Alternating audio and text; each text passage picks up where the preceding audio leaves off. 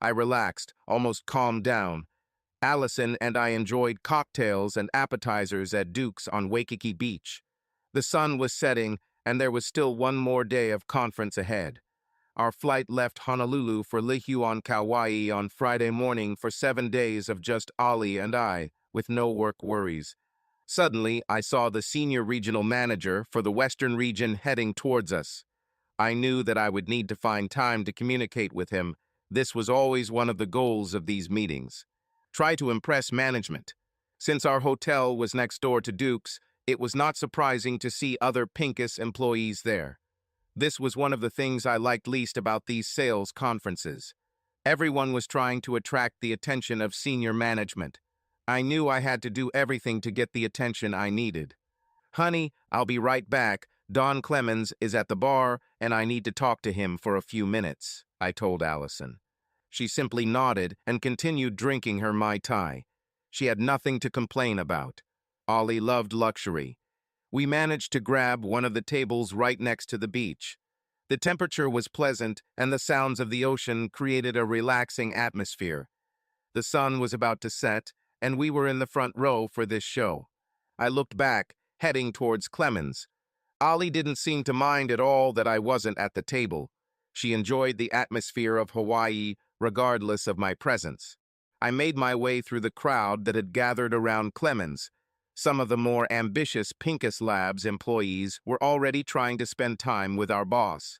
In the highly competitive world of global pharmaceutical sales, even company meetings became a zero-sum game. "Great information today, Dawn." I was finally able to start a conversation with Clemens at the bar at Duke's. "In fact, I've already started strategizing about the placement of some new products," I continued. He showed some interest, but wasn't particularly impressed with my comments just yet, but at least he was listening. Mentally, I was organizing the next few parts of my conversation with him. I knew from experience that my time with Clemens was limited. I probably had no more than 2 or 3 minutes before I ran out of sand in my watch. Just as I was about to explain my next and most important point, I felt a sharp blow to my kidney. I turned to see who pushed me. It was Angela Ridley. My delay was her chance. She quickly and deftly squeezed into the situation and got her time to communicate with the boss. Earlier that day, I made a comment in one of our discussions. Angela criticized my position without offering any solutions. She was someone who was always looking for the negative. After a brief pause from the blow, I tried to engage Clemens again, but now he was talking to Angela. Just like in basketball, she physically forced me out of the situation. Although I didn't get all my thoughts across to Don, I felt like I got at least some attention, but he was now occupied with the short, negative, plump Angela.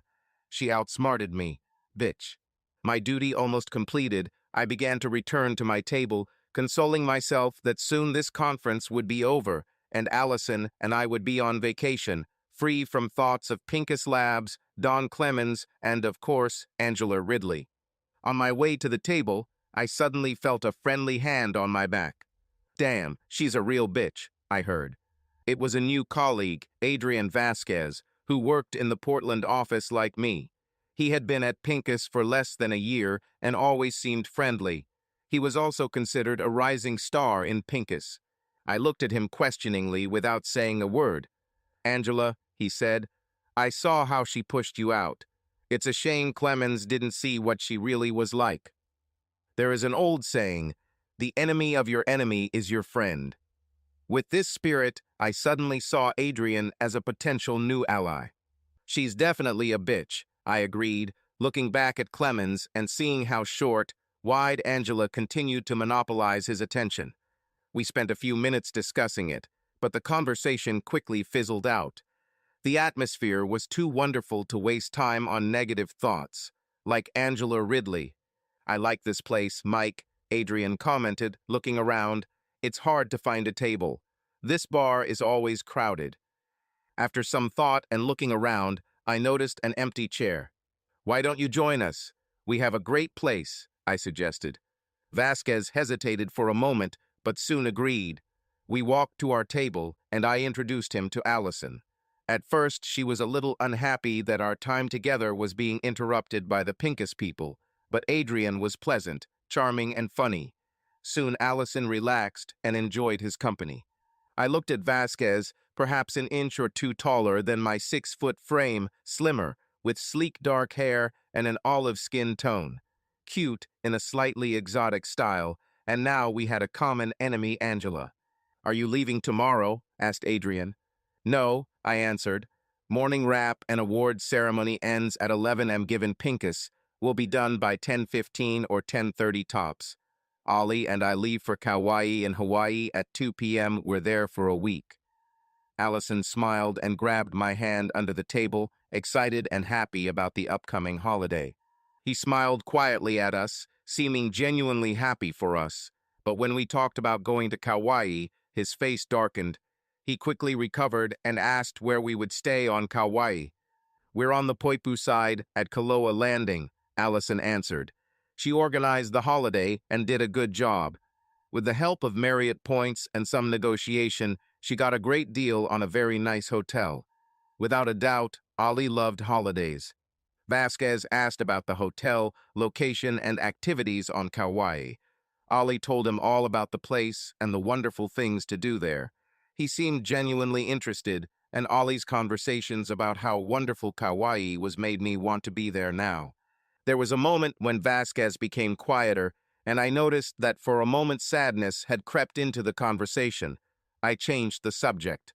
"Are you flying home tomorrow?" I asked him. "I'm not sure, Mike," he replied. Ollie and I looked at him in surprise. Not sure sounded strange. "What do you mean?" I asked. Then he started a long story about a certain friend who was originally going to join him on Oahu, and they planned to stay in Honolulu for a week. They had planned this months ago, but it seems things have cooled, and now she doesn't seem to be coming. I got a refund on my Marriott Waikiki booking, but changing my flight would cost a fortune, and I already had a week of vacation planned, he told us. "I'm not sure what I'll do." "Adrian," Ollie began, "you're in Hawaii. Your flight is paid for. You're on vacation. Plan an adventure. There are so many great places on Oahu and the other islands. Lots of things to do." For a moment, I thought she was going to invite him to Kauai with us. I didn't want this. He's a nice guy, but our vacation was supposed to be just the two of us. "You're right, Allison," he replied, smiling. "Thank you, you're absolutely right." With these words, he raised his glass in a toast and clinked it with my wife. They looked at each other for a moment, and then they clinked glasses with me. Kauai was phenomenal again. As soon as the Hawaiian flight left Honolulu and landed in Lihu, we began our vacation. We were in a particularly good mood when we landed. The last day of the Pincus Labs conference ended with an awards ceremony. Various awards were awarded among more than 90 sales representatives. The award everyone was fighting for was Territory of the Year. It gave not only prestige and honor, but also a cash bonus, $25,000. I've worked hard and achieved some great successes this year. When Arthur Goodfellow, CEO of Pincus Labs, stood at the podium and announced the winners of the various awards, I listened nervously until he said, "Michael Ballantyne for Ambassador of the Year." I couldn't believe I won. I stood up and my Pincus Lab colleagues applauded and celebrated my honor. I walked to the front of the room, stopping and shaking hands along the way as the room continued to applaud. I noticed one anomalous moment while I was walking. Sitting in front, not applauding, with an even more negative expression on her usually sour face, was Angela Ridley. I half expected her to trip me up and trip me. The drive to Poipu and Kaloa Landing took about 30 minutes, and at first we just enjoyed the sights, sounds, and smells of Kauai. I loved the jungle humidity of this island. We discussed various things we wanted to do. On our list were hiking Waimea Canyon, snorkeling at Tunnels Beach, kayaking the Wailua River, and a trip to Secret Beach. This was a surprise for Ollie. Our room was gorgeous, the hotel was wonderful, and although it rains a lot on Kauai, the weather in Poipu was perfect. Mid-80s, sunny, but with enough clouds to provide welcome shade. The first few days we hiked through the canyon, kayaked on the Wailua River, and did some snorkeling. I was hoping that tomorrow, Monday, we could try Secret Beach. I thought I'd suggest this at dinner. We decided to have dinner at the casual pool bar at Kaloa Landing. The pool here has been voted one of the best pools in America, and it was really good. We talked and relaxed over our second drink. When I asked Ollie what she wanted to do tomorrow, "I don't know," she replied. "Let's go to one of the beaches, like Shipwreck or Brenneke." "These places are great," I agreed, "but there's another beach behind Kappa that looks really nice." I told her, "It's called Secret Beach. Sounds great." Ollie nodded in agreement, relaxing in the sun and drinking. I looked at her face, glad that she agreed to my plan for Monday. Suddenly, her eyes widened, and I saw her smiling at someone behind me. "Hello," she said and stood up. I wondered who she might know here on Kauai until I looked up. I quickly realized it was Adrian Vasquez from Pincus here at Kaloa Landing. "Hey guys," he started. "I thought I'd meet you here," he told us. Sometimes when you see someone out of context, it takes a while to realize it. Adrian and Pincus Labs were in a completely different universe than Ollie and I vacationing on Kauai. "Here," Ollie said and took a nearby chair, "join us." Adrian hesitated for a moment, but Ollie insisted. I was still switching mentally. Of course, he's a nice guy, but it was our vacation. Our time together. I was a little annoyed by his appearance. "So you decided to stay in Hawaii," Ollie said, "and come to Kauai." Adrian said that after talking to us that evening at Duke's, he made one last attempt to get his girlfriend Kayla to join him. It appears this was not successful. He decided to stay. Through Marriott, he applied for his hotel loan at Kaloa Landing. "What were you doing?" he asked. Ollie told him about hiking and kayaking. "Tomorrow we are going to explore a new beach for us," said Ollie. "What was it called?" she asked me. "I'm not sure," I lied. "There are so many great beaches here." "Secret Beach," Ollie suddenly exclaimed. "I think you said so." "Well, I don't know," I started, trying to deflect the topic. "Shipwreck Beach is a great location right before the Grand Hyatt here in Poipu." The conversation soon veered back to talking about Pincus. Adrian seemed like a pleasant enough person. I asked Adrian how he liked working at Pincus. "It's a good job and all," he began, "but I want to make real money, big money," he told us. As I talked to him about salaries, bonuses, benefits, and pension contributions, he nodded politely, never arguing, but I could understand that these practical benefits did not particularly interest him. "What things do you mean?" Ollie asked him. He talked about several things, including one of his current clients that he had become close with. He didn't give specifics, but said his client, Dr. Vijay Gupta, was on the verge of something big. "This could change our lives," he told us, "and if everything works out as Vijay predicts, there will be a lot of money to be made, a lot." Ollie seemed interested, and we continued to talk vaguely about Gupta and his supposed fantastic new product. "Look, when the time comes, I'll be able to give you more information," he said, mostly addressing Ollie. "But I've already signed non-disclosure agreements with Dr. Gupta. I may have already said too much." Later, after Vasquez had left, Ollie continued to think about Dr. Gupta's great new discovery and all the money she could make. "I'm a little wary of these get-rich-quick schemes," I told Ollie. She was silent for a minute and then said, "I know, Michael, but sometimes you have to take risks." The next morning, talk of Dr. Gupta, new products, risk, and Adrian Vasquez was all but forgotten, at least for me. We were packed into our rental car and headed to Secret Beach. We picked up one of the Kauai travel books and Ollie read it as we drove east through the tunnel of trees. "Oh, I see," she said. "Now I know why you wanted to go to Secret Beach." I looked at her with a silent, questioning, innocent look on my face. "Don't make that face," she said. "You knew this was a nude beach." She accused me, but with a smile on her face. "Don't start fantasizing about me being naked on a public beach," she told me. "Well, maybe not completely naked," I told her. She continued reading, and I smiled and thought maybe I could persuade her to at least bare her breasts. The secret beach is not only beautiful, but also quite difficult to get to. You need to carefully follow the signs. The exit and parking spaces are not obvious. After parking, there is a difficult descent to finally get to the beach, but it is worth it. And this is where the lack of clothing became more obvious. We finally found a good place. It became obvious that the further west you went, the less clothes you wore. We were close to the ocean on fine white sand, but far enough from the high tide line that we didn't have to worry about a big wave. I took off my t-shirt and Ollie took off her cape. She was wearing a new, more revealing swimsuit that she bought at a store in Kaloa. "Your swimsuit looks great," I said to Ollie. She smiled as she continued reading her magazine.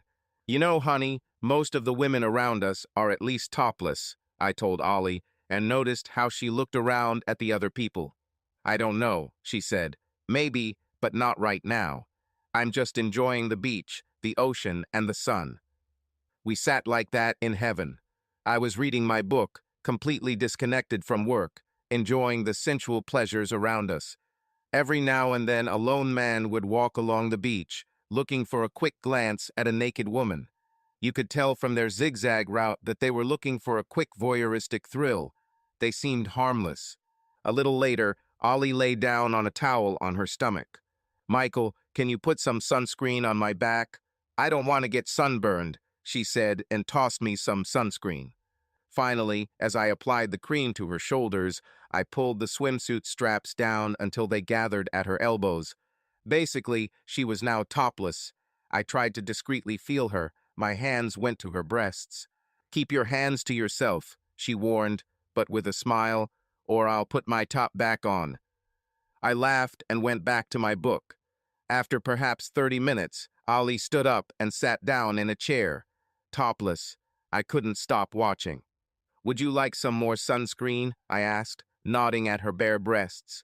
"No, thank you," she smiled and said. "I'm afraid neither of us will be able to stop once you start. But I better apply the cream, these guys." And she grabbed both breasts and shook them slightly. "They are rarely in the sun." "Rarely?" I asked. "I didn't tell you all my stories before we met." She laughed and teased me. I thought. Someday I'd like to hear these stories. Meanwhile, I was enjoying watching her apply the cream to her breasts. We continued to enjoy the beach, and every now and then I would sneak glances at my topless wife. I wasn't the only one. As I said, lonely men sometimes walked along the beach, hoping to see a naked woman. Some were more obvious than others, but I noticed that none of the other campers were reacting, so I began to ignore them. The sun rose, it became hotter, and we decided to cool off in the ocean. I was really wondering if Ollie would wear the top again. She didn't put it on. We splashed around in the surf. The water temperature was warm, but not too warm to cool us down. After playing in the water, we started to head back to our chairs. Along the way, I tried to casually look behind my sunglasses at the other women in the distance, visible from our path. "Is it your friend?" Ollie asked me, surprising and interrupting my gaze. "Friend?" I asked, slightly embarrassed. "Mike, Ollie, I heard someone calling us from the beach." It was Adrian from Pincus, walking towards us smiling and waving. I quickly waved and turned to Ollie. "Do you want me to come up and take your top?" I asked. Ollie just laughed. "Michael, a dozen or more men have already looked at my breasts since we've been here," she told me with a small smile. "What difference does it make, one more?" "Yes," I began, but we know him," I said, stuttering, not quite understanding the logic of my statement. "Who cares?" she said. "He's almost here, and it'll be weird to suddenly have more clothes on again. I'll probably never see him again after I get home. Later I will regret that it was not so." Adrian stopped to talk, and yes, Ollie's breasts were in full view. I noticed him glance at her a few times, but who could blame him? She looked good. For her, it was something ordinary. She was not shy. After about 10 minutes of conversation, Adrian said he needed to get on his way, and we made vague plans to meet one evening before we left for home. With a strange feeling of jealousy and relief, I watched him leave. While I got some sort of enjoyment out of my wife being half naked around strangers, it kind of bothered me that someone I knew was seeing her breasts. Don't ask me to explain my logic, that's just what I thought. Well, that was a little weird, I stated, returning to our chairs. What? She asked, genuinely surprised. It's just that someone I know saw you topless, I explained. She was silent for a few moments, contemplating, I presume, my statement, or perhaps her own feelings on the matter. She didn't respond to my comment. A few hours later, we packed our things and started climbing back. Ollie was now dressed. The climb up the trail was much more difficult, and the sun was now high in the sky. The ride back to Kaloa Landing was comfortably calm after a fun day on the beautiful beach. About halfway back, Ollie made a remark.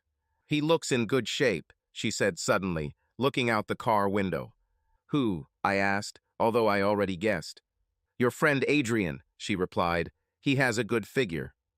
Adrian was really in good shape. A little different from me, he was taller, slimmer, with minimal fat. He had visible abdominal muscles and looked like a middle-distance runner. I was also in good shape, but in a different way, as I said. I had more muscular, wider shoulders and hips.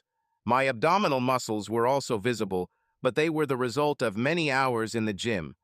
Adrian looked like he was genetically gifted. He had the plasticity of a natural athlete. Despite the small flare of jealousy caused by her statement, it was extinguished by the atmosphere surrounding us. Tropical island, wonderful weather, beautiful hotel, and memories of my wife half naked on the beach.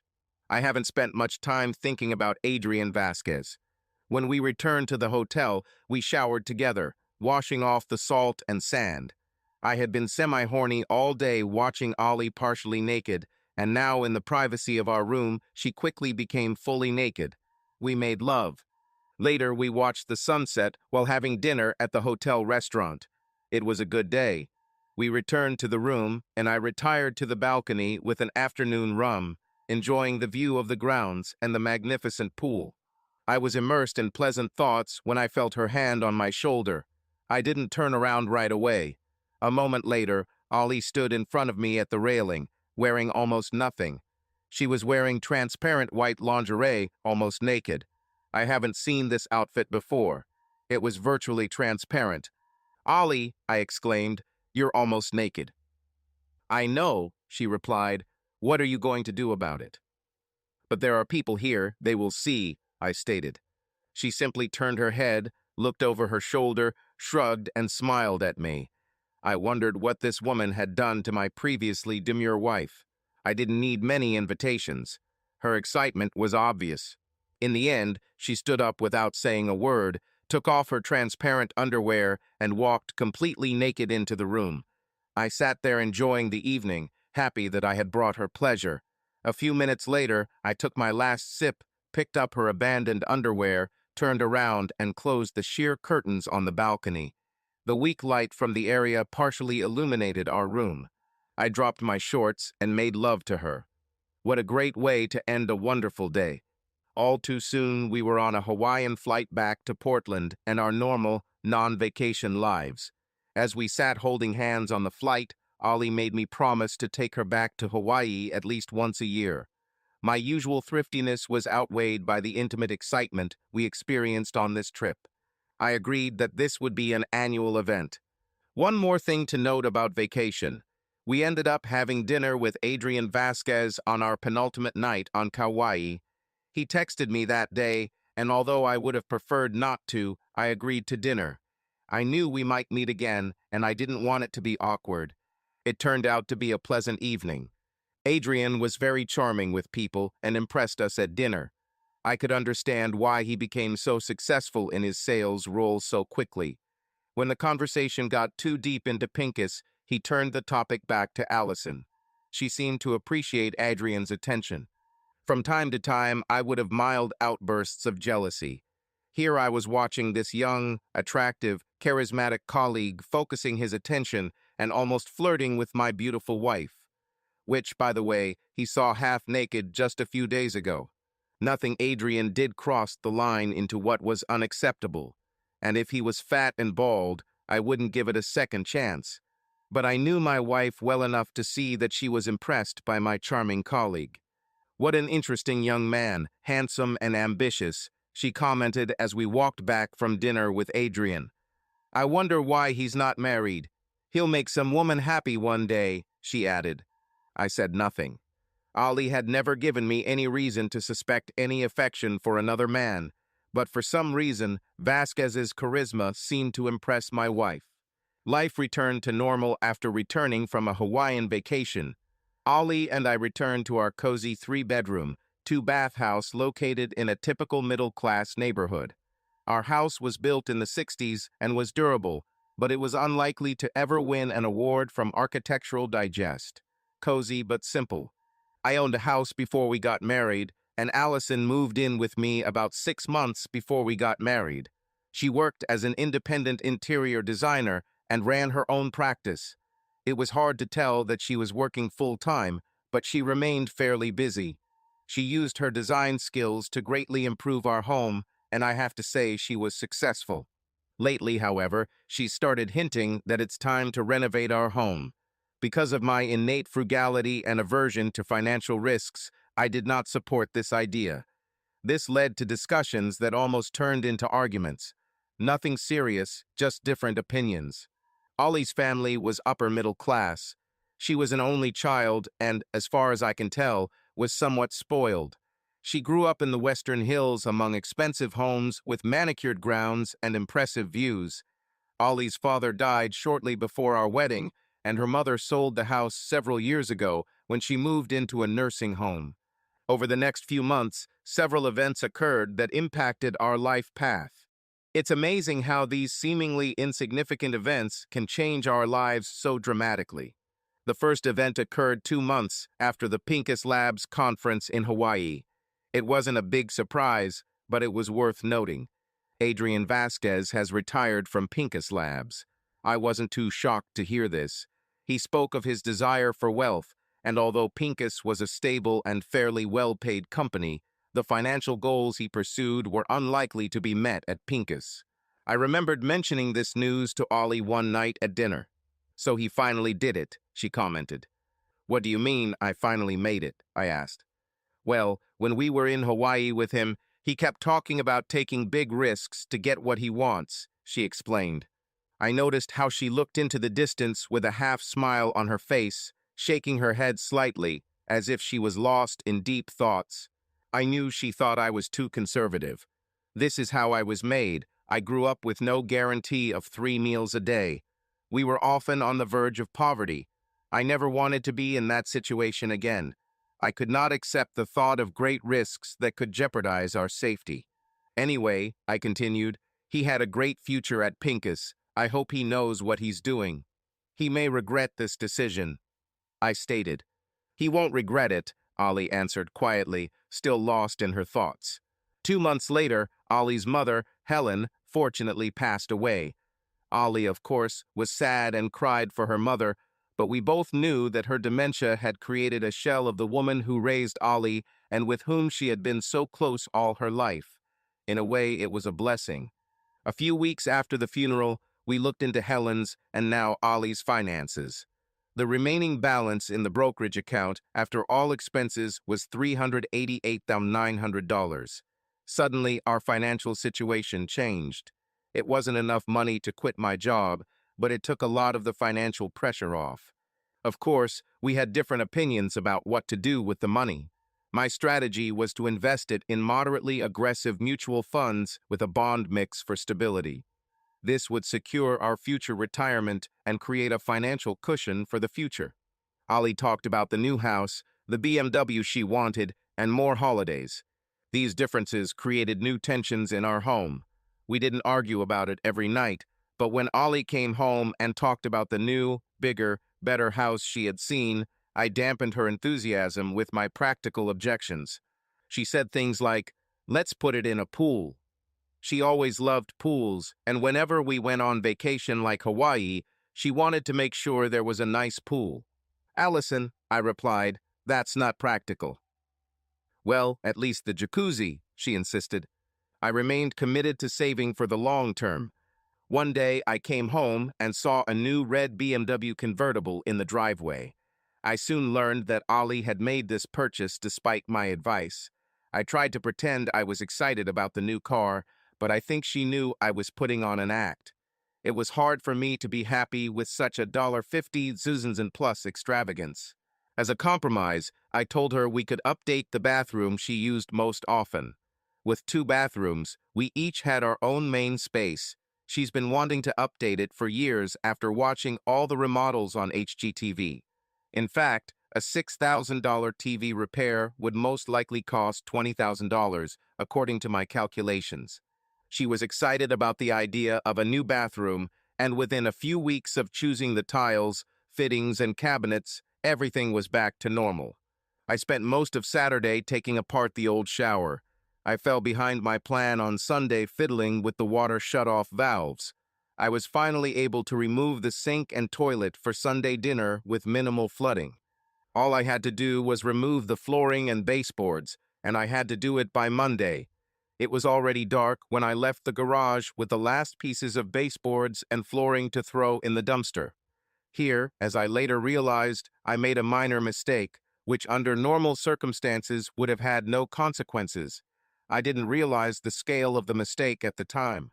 I took one last look at the dismantled bathroom before showering in my bathroom and going to bed, tired, on Sunday night. The next event happened on Monday morning. I received a message asking me to come directly to the office, which I did not always do. I usually started my calls by driving to the farthest geographical point of the day and then driving back. The message was from my boss, Carl Rudinsky. When I arrived, I was told to go straight to Carl's office. I was surprised to see Don Clemens, the senior executive there, sitting in a chair off to the side. I quickly shook hands with both of them. "Mike, please sit down," Rudinsky said. I noticed that he had a big, friendly smile on his face. Whatever it was, I quickly realized it wasn't something bad. "Michael," Clemens began, "I want to get straight to the point. I have an offer for you. We have created a new position at Pincus. Before we begin the interview process, I would like to know your level of interest." Clemens explained that they want to create something of a hybrid sales manager and sales trainer. He continued to explain the reason. "We invest a lot of money in training people and preparing them for future roles at Pincus. When we lose someone prematurely, it not only leaves us without a person, but also forces us to start the training process all over again." Clemens said, "It's getting expensive." The new role will involve working with new salespeople to not only help them become successful, but also ensure that as much talent as possible is retained. No one talked about it, but I suspected that Adrian's departure had accelerated the strategy of creating a new position. I sat there thinking about the questions that were running through my head. How much travel? What will happen to my current clients? Is it office or field work? And of course, what will the salary be? "Michael," Clemens continued, "I'm sure you have questions. Here's the job description from the corporate office. Read it." "And Michael," Clemens added, handing me the folder, "if you would prefer to maintain your old territory and remain in your current position, no offense, we can consider other candidates. But you are our first choice." I sat there nodding and then stood up to get the job description folder from Don Clemens. As I reached for it, I saw a notepad on the table in front of Clemens with some words at the top and a list of names below. My name was first on the list with a check mark. I immediately saw the next name under mine, Angela Ridley. There's no way I'm letting her get promoted before me. Before I even picked up the folder, I blurted out, "I'll take this." "Great," Clemens said. "Congratulations, Mike," Carl announced, extending his hand to shake. "There's a lot of work to be done. We can set up your office today," Carl added. Throughout the morning, I studied and signed documents. The position seemed a little overwhelming, but I knew that with my organized, structured discipline, I would be as successful as I was in a sales job. I thought I had a lot to pass on to new sellers. I started to get excited about the new position. Carl, Don, and I had lunch together, and I left my phone in my new office. When I returned, I saw 3 messages, 3 calls, and a voicemail. all from Allison in the last 30 minutes. I called her back immediately. Michael, she began, sounding worried. There's something wrong with my car. What's happened? I asked. She said the car was acting strange, and a warning light came on the dashboard. She sounded a little shocked. Okay, I said calmly. Where are you now? She said she was able to park in a lot off Broadway in downtown Portland. Can you see the Roosevelt Hotel from where you stand? I asked. Downtown Portland is pretty safe during the day, but on the other hand, here's a beautiful woman in a flashy car. She could definitely be prey for a certain type of person who sometimes roams the streets of downtown Portland. I told her to lock the car, take her bag, phone, and any personal items and head to the hotel, and then have a drink or cup of coffee in the lobby. It will take me about an hour to get to you, I said. I have news too. I'll explain when I pick you up, I added. I declined dinner with Carl and Clemens, explaining that my wife had a minor emergency. When I arrived at the Roosevelt, luckily I found a convenient parking spot 1 block away and walked into the lobby of the bar. Allison was nowhere to be seen. I walked around the rest of the lobby, not worried, but rather curious. 10 minutes later, I called her. When she answered, I heard some noise in the background. "Ali, where are you?" I asked. "Michael," she spoke quietly, almost in a whisper. "I'm on the mezzanine, running into your friend Adrian, whom we met in Hawaii. He's giving a presentation. You should listen. It's really interesting." Okay, I thought. I was a little annoyed. I was excited to tell Ali the good news of my promotion, and now this. I found a room. There were about 20 people in the small conference room, mostly men and women in suits, but I noticed one strange man, not suitable for the place, wearing a dark beret. At the front of the room, behind the podium, stood Adrian Vasquez. He spoke with great enthusiasm about something called Novacom. Ali grabbed my hand and nodded towards Adrian Vasquez. "This is really interesting," she told me quietly. "This discovery could have a huge impact on our health," she added, squeezing my hand tighter. Silently, I watched Vasquez extol the virtues of Novacom's new product. He talked about Dr. Vijay Gupta and called him a biomedical genius. "In our preliminary tests," he said, showing a graph on his projector, "most common viruses become significantly less severe, and in some cases symptoms disappear almost immediately. Dr. Gupta and our staff still have a lot of work to do, but the results are so far extremely encouraging." As I continued to watch Vasquez, I couldn't help but be impressed by his presentation skills. He was smooth and convincing. I remembered him being in Pincus, and he was immediately identified as someone on the fast track to success. He was really good, but how true was what he said? "Okay, let's go," I whispered sternly to Ollie. Without making any attempt to leave or even acknowledging what I said, she looked at Vasquez. Now he was talking about the financial possibilities of investing in Novacom. I looked at the group of people. There were probably a few venture capitalists, a few rich friends, and maybe even an angel investor. "Ollie," I said a little louder. Okay, she said and slowly turned towards the door. I called AAA and we went to the parking lot where the car was parked. It turned out that it was a flat tire, but Ollie drove it so much that she damaged the disc. I asked a tow truck to take the car to the nearest Les Schwab tire center. We later found out that there was a nail in her tire, probably from the bathroom I was demonstrating. We walked past Roosevelt to my car. I was finally going to share the good news about my promotion. As we passed the main entrance of the hotel, Adrian appeared. "Michael," he greeted me with an unexpected man's hug. I quickly thought, did I know him that well? Vasquez was still in shape. He smiled, patted me on the back, and told me how nice it was to see me. "I was surprised to meet the charming Allison in the lobby," he said, smiling at us and nodding towards the hotel.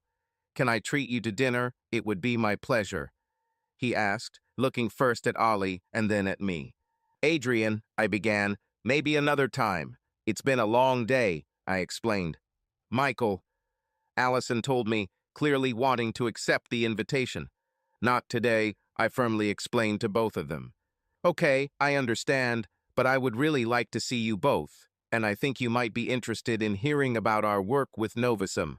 I insist on dinner soon, Vasquez said. I realized that Allison was disappointed that we didn't agree to have dinner with Adrian that night. She was quieter than usual as we drove home. Despite my mood, I told her about my promotion. She was happy and congratulated me, but without the degree of enthusiasm that I would normally expect. I didn't dwell on it. It had been a long day, and I didn't have the energy to deal with this minor problem. One of the first things I had to do in my new role at Pincus was hire someone to fill my old sales position. At this time, I was still running my old sales area and fulfilling my duties as sales manager.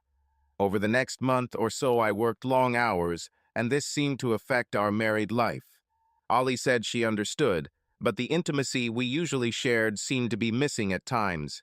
It seemed to me that Ollie did not appreciate the need to sacrifice to achieve our long-term goals of financial security, a secure home for future children, and a comfortable retirement in the future. Meanwhile, I had 3 interviews scheduled for Tuesday at my old sales job. The HR department identified the most promising candidates, and I had meetings scheduled for the day.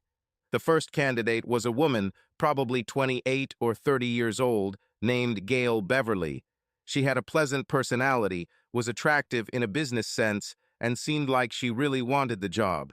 The problem was that she had very little experience. She was rated the lowest of the 3 candidates by HR.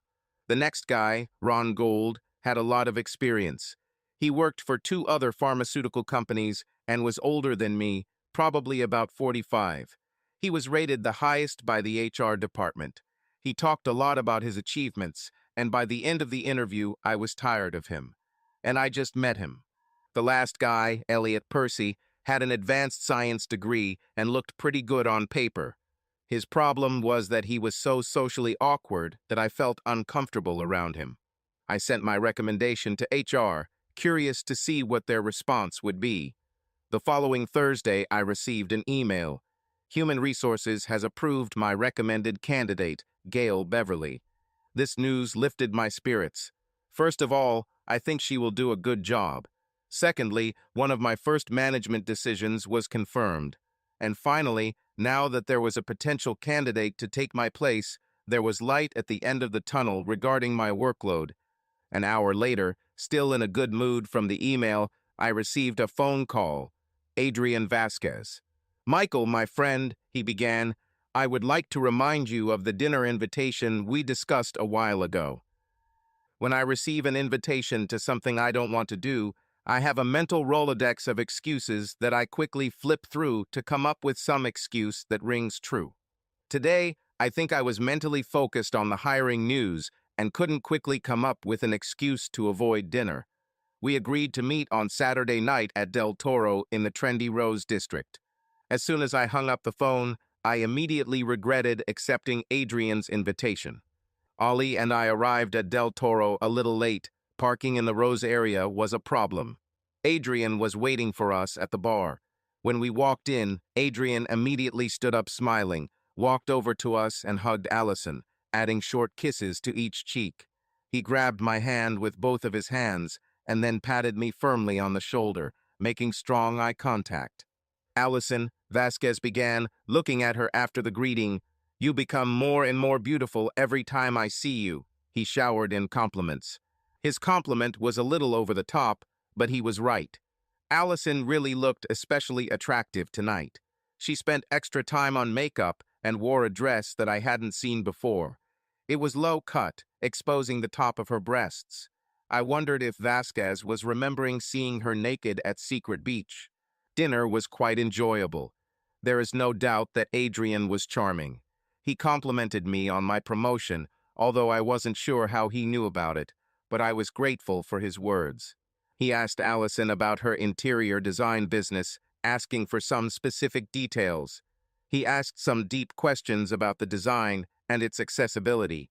He then explained that he was in the process of buying a house. My condo is nice, but I found a place with some land west of Portland. He described a house and plot of land in the Sylvania area. He explained that the house was in good condition, but cosmetic renovations had not been done in more than 10 years. While he and Allison talked vaguely about how she could help him with interior design, I thought about the house. Ever since Allison started pressuring me to move, I've been keeping an eye on the real estate market. In fact, I was also interested in plots of land. One of the things I quickly realized is that any house with a plot of land fairly close to the center is expensive. I estimated that what Adrian was talking about would certainly cost more than $1.5 million, probably closer to $2 million. I wondered how he could afford this. The conversation switched again, and he started talking about Novosim. It was almost as if he was giving us a version of the speech he gave at Roosevelt. First discussing the promise of a potential cure for common viruses, and then talking about financial opportunities. Based on our current valuations, he continued, I have made a lot of people very rich. He told us proudly. Ali was fascinated, her eyes slightly glazed over as she listened to Vasquez. How much? She suddenly asked, referring to all the money she had earned. Vasquez laughed as he answered. Allison, he replied smoothly, why don't we just say a lot? Millions, she continued. Quietly, Vasquez nodded with a smug smile on his face. He then told us that he was going to be giving another investor presentation at the Willamette Club, a prestigious sports and social club, the following week and invited us to come. Allison nodded enthusiastically, and I quickly intervened. We'll see, I told Vasquez. The evening ended, and as we said goodbye in front of the restaurant, Vasquez gave Ollie the all-too-familiar hug and kiss again. This time, however, she seemed to respond more actively. We drove home in comfort, mostly in silence, but there was a slight sense of tension. I knew I wanted to warn Ollie about these get-rich-quick opportunities, but I wanted to do it in a way that didn't lead to an argument. At that moment, I still didn't know how it would sound. By Monday, I received an email from HR giving Gail Beverly the green light for the next stage of the interview process. These will be individual interviews with Dawn Clemens and my boss, Carl Rudinsky. She will be interviewed by Carl on Wednesday and with Dawn on Thursday. I called Gail to tell her about this. This is simply amazing, she said to me enthusiastically. Is there any advice you can give? She asked. I enjoyed the short phone conversation and felt confident that I had made the right candidate choice. Tuesday and Wednesday, I was in my old shopping area, and then Thursday afternoon, I was back at the office. I knew Gail was interviewing with Clemens at 3 o'clock. I received an email from Dawn Clemens unequivocally endorsing Gail Beverly for the position of sales representative. She was currently in the HR department, discussing the compensation package. I was told to meet Dawn, Carl, and our new employee Gail at 4:30 in Carl's office. Just as I was about to leave to meet them, Ali called. When are you going to come back home? She asked. I explained that I wasn't sure. We were in the process of hiring a new sales representative. Michael, we have to be there by 6 o'clock, Ali told me. Where? I asked, confused. At the Willamette Club. Adrian is waiting for us, she almost screamed. I explained that I would not be able to come, that we would go to one of these events another time. Michael, I'm dressed and I told Adrian we'll be there. Did you tell Adrian? Is she talking to him now? I'll have to ask her about that. Allison, I said firmly, I have a meeting. I can't possibly make it by 6. It doesn't matter, but now I have to go, and I'll see you later at home. I told her and hung up. It was everything I thought it would be. I congratulated Gail on accepting the job, and the 4 of us agreed to celebrate at the Farmer's Tavern, just down the street from the office. It was something of a tradition. I liked the way Gail interacted with management. She seemed respectful but not intimidated by Carl or Dawn. One thing I knew for sure was that her success or failure would reflect directly on me. I hired her. We had a great time getting to know Gail. Our conversation was mixed between pinkish and personal, cozy and relaxed. Gail asked about the schedule for the future. This would be a slightly longer conversation. Carl and Dawn knew this, and both stood up. Again, Clemens said to Gail, "Welcome to the team. Glad you're with us." After they left, Gail and I settled down to talk about her start date and what the schedule would look like for the first few weeks. By the time we finished, it was almost 8 o'clock. As I drove home, I was happy with a sense of accomplishment. I made my first hire, and it looks like it will be successful. I thought about Gail a little and started thinking about her appearance. I know that it is not entirely correct to think about a subordinate in this way, but what could I do? She is a woman, I am a man. Men think about women physically, that's nature. My first impression was that she was businesslike. Short hair, not much makeup, maybe a little boyish. But she also looked in good shape. I remembered her butt when we left. It was toned and muscular. She was built like an athlete. Different from Allison's feminine appeal. Lost in thought while driving, I suddenly noticed Ollie's red BMW pulling into the driveway directly in front of me from the opposite direction. Inside the house, I found Ollie in the kitchen preparing a light dinner.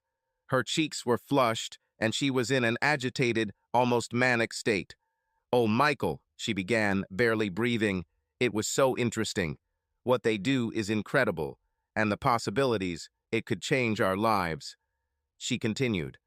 "Careful, slow down," I calmly told her. "What are we talking about?" "Michael, Adrian's company, Novisum. This product will change the world. This is our opportunity to get into the very first step." She continued, "Adrian makes people rich, don't you see? With the income he talks about, we could become rich." I began to understand. While I was with Gail and my management, she went to Vasquez's investor presentation. There were a few things about this that annoyed me. We've all heard about someone who invested in an early-stage company that went on to become very successful. They talk about their small investment turning into millions. For me, it was like a lottery. You have no control over this, and the chances of success are extremely low. Ollie and I agreed on most things, but I was pretty conservative financially. I believed in hard work, frugal living, and long-term planning to achieve your goals. She was different. She wanted the best things in life faster.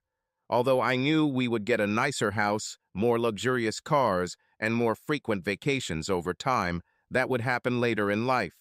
She and I disagreed on this. And now it seemed that she believed everything that Vasquez had so smoothly presented. I took a deep breath. "Ollie," I began, "they haven't sold anything yet. Their product isn't even approved. How can all these people get rich?" I asked. "Michael, this is an assessment," she told me enthusiastically. "Adrian told me that the shares he owns today are worth in the low 8 figures. He says that once everything is approved, that value could be 100 times what he currently owns." I sat down and thought about what I had heard. There may have been a solid basis of truth in much of what Vasquez said, but I was not wired that way. Ollie was hinting that we could actually invest. There was no way that would happen. I knew she had an inheritance, but I was pretty sure she wouldn't touch it without discussing it with me first. But there was something else. Why was he telling her his intimate financial details? My mind quickly went back to the hugs and kisses in the restaurant, her in the low-cut dress, and then further back to Secret Beach. He saw her almost naked with her firm breasts jutting out. I felt sparks of jealousy begin to flare up. We ended up sort of agreeing to disagree on the issue, but it caused tension in our house that night. While I was excited to tell her about my first hire, such news would have seemed tame compared to her forward-thinking thoughts on venture capital and valuations. "Ollie," I said as we got ready for bed, "I promise I'll go to one of Adrian's meetings," I conceded, "but please don't do anything without our discussion." In response, she gave me a good goodnight kiss, and I felt my tension levels go down. Later, I reflected that she never agreed to my request.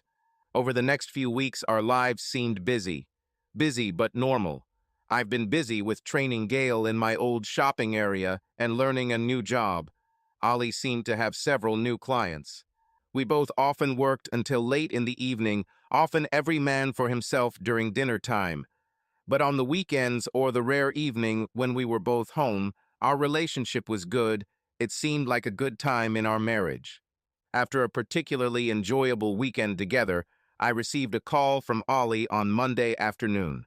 Adrian organized a meeting with investors on Wednesday night. She told me and gave me the details. How did you know about this? I asked. She explained that she was now on Novosim's email account. And besides, Adrian is my client for a new house. I talk to him several times a week. She told me. You never told me about this, I said, with a little tension in my voice. Yes, I did, she replied. I'm sure I did. It doesn't matter anyway. I just want to make sure we go to the presentation on Wednesday. I agreed to go. For several reasons. I was interested to hear the whole story about this supposed miracle drug, and I was curious about the smooth, handsome guy and my wife. On Wednesday night, we sat in the back of the hotel meeting room. There were several people in the foreground for a presentation. I recognized the strange, huge guy from the previous meeting. He was still wearing his beret. I also noticed an older black man with glasses sitting on one side of the lectern where Vasquez stood. Everyone, Vasquez began, good evening. Thank you for your presence. This will be an informative evening. Today we have the privilege of hearing from our founder, Dr. Vijay Gupta. He continued, Dr. Gupta will talk about our product, Novosim, the tests we have conducted, and the progress we have made in laboratory research. At that moment, Dr. Gupta stood up and walked to the lectern with several sheets of paper and began to speak. He didn't have Vasquez's charisma, but he clearly had a lot more substance. I had to listen carefully to understand what he was saying. He had a slight accent. I have to admit that what he said was interesting, but there were still a few steep obstacles. I also noticed that the most encouraging data he talked about was several years ago, and I wasn't sure of the veracity of everything he said. Finally, Dr. Gupta concluded his presentation, and it seemed that he had made his point to potential investors. And then Vasquez started. It was something like a show. Dr. Gupta provided technical information, and then Vasquez began aggressive selling. He talked about the current assessment. He talked about the future growth of the product once it is approved. He let us know that he has conditional purchase orders worth many millions of dollars from several national chain pharmacies, and then he laid out the possibilities. Novosim's valuation is growing rapidly. Those who invested, even early this year, have seen fantastic growth, he continued, his natural enthusiasm adding impetus to his presentation. I couldn't help but admit that at some point I too got carried away by the opportunity, and then my usual conservative feeling took over. It reminded me of a timeshare sale that Ollie and I attended early in our marriage. There was some kind of discounted travel package for a trip to Cabo and a stay at a beautiful resort for a few days. All we had to do was give them 90 minutes for their marketing presentation. The marketing presentation turned out to be old-fashioned high-pressure selling. I remember that at one point I even considered buying it until my better judgment intervened. I felt the same feeling sitting in this meeting room. At the end, Vasquez handed out brochures to the guests and then hurried to Ollie and me, smiling and still excited about his presentation. Michael, he exclaimed, shaking my hand and clapping me on the back. Eli, he greeted her and moved in for his hug. I noticed that their embrace seemed quite natural. In fact, too natural, as if they had done this many times before. My thoughts on this topic were interrupted by Vasquez. Michael, come here, he said, grabbing my hand and leading me back to the front of the room. I'd like to introduce you to Dr. Vijay Gupta. I met Dr. Gupta, and he seemed like an intelligent, calm person. He was pleasant, certainly not like Vasquez with his smooth, enthusiastic personality, much more down to earth. On the way home, Ollie was quite excited about the opportunity with Novosim. I had other issues that I wanted to discuss with her.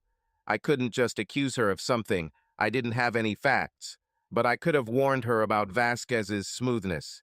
Ollie, I began after a while, I understand the excitement of such opportunities, but we need to be careful. I have seen potential new products before in my field, but it is a long and risky path to success. A lot of people have lost a lot of money on these speculative new products. Moreover, I continued, we need to be careful with a man like Adrian. I know he has charisma and it's easy to fall for his charm, But there's a lot at stake, and we need to keep our eyes wide open, dealing with such people. What do you want to say? She asked me, with a hint of anxiety in her voice. Just be careful, we need to be careful, I explained and hoped she understood. My warning had a double message. Be wary of the get-rich-quick idea and be wary of the smooth, handsome young man who has actually already seen you almost naked. The rest of the car ride was quiet and quite comfortable, at least for me. I complied with my wife's wishes and sat with Vasquez that evening. I gave her my opinion and advice, avoiding an argument that might have flared up. In my mind, it was a mission accomplished. Ollie sat silently, looking out the side window for the rest of the ride home. The next few weeks passed uneventfully, but during this time our lives were a little lacking in intimacy. I couldn't pinpoint the reason. I knew I was busy with my new job and training Gail. The good news was that Gail was doing well. The clients seemed to like her, and I was getting good feedback. She and I drove around the area a few times, and she really started to like me as a person. Although I was completely ethical in my interactions with her, I couldn't help but notice her appearance. My initial impression of the boyish appearance has evolved. She was attractive, and what's more, she was in good shape. Athletic body, and what I could see of her legs and ass was muscular. I think she was trying to hide her larger breast size with her clothes. She was definitely attractive, but as her boss, it was strictly professional. One evening, Ollie and I found ourselves at home at dinner time, which was a rare situation these days. I suggested dinner at Leonetti, a casual cafe near our house. There wasn't that slight tension that I noticed. We were both relaxed and in a good mood. What projects are you working on these days? I asked. We were so busy that we didn't talk much about our work. She told me about a few things she was working on and then paused. But the main project is Adrian's new house in Sylvania, she exclaimed. This irritated me, but really, as far as I knew, there was no cause for concern. She had other male clients before. I remained silent. She talked about a big house on a lot in Sylvania. She told me it had been neglected all these years.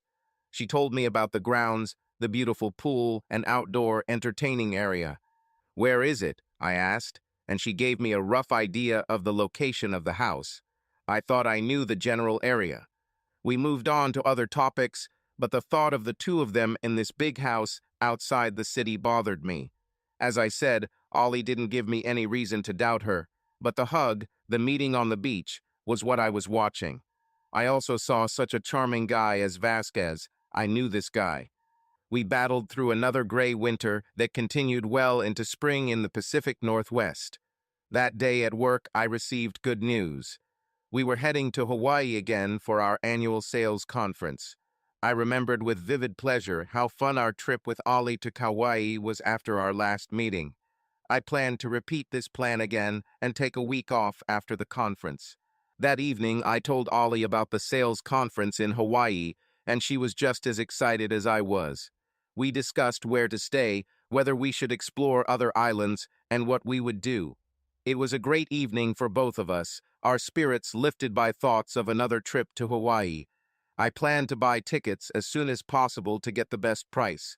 By midweek, the weather began to change, and suddenly it was forecast to be around 80 degrees by the weekend. What a relief. I was able to get outside that weekend and do a lot of outdoor projects, things that didn't get done during the cold, wet winter. By Sunday evening, it became strange to think about. I would suddenly start to feel uncomfortably warm. The warm weather was going to stay for a while, and although I preferred it cold and wet, it was starting to get too warm. This week was my last week of teaching with Gail. She didn't really need more guidance from me, but I followed Pink's guidance. We had our last sales trip out west on Friday, and then she was on her way. She did great. On Thursday afternoon, I received a call from Ollie. Michael, Adrian has invited us to an afternoon pool party at his house in Sylvania this Friday, she told me. From 4 to 7, you'll love his place. It'll be a small gathering. It sounded fun, and if it had been anywhere other than Vasquez's house, I would have been more optimistic. I'll be at practice that day, I told her. I'm not sure how soon I'll get there. Okay, she said. I'll meet you there. I'll send you the address. We talked about it a little that night at home. I tried to remain in a good mood about this party, but my radar was tuned to everything related to Vasquez. All the hype about his miracle drug and the smooth way of presentation seemed false to me. The next day was the last day of training with Gail. We had to go to the coast. Her clients were scattered, so we left early to get a good start. I told Gail that I needed to be back earlier than usual because of an event at Vasquez's. It was a beautiful day, cooler along the coast, but still bright and sunny. Gail was well received by her clients, and I could see that she had begun the process of establishing good business relationships with clients. This was the key.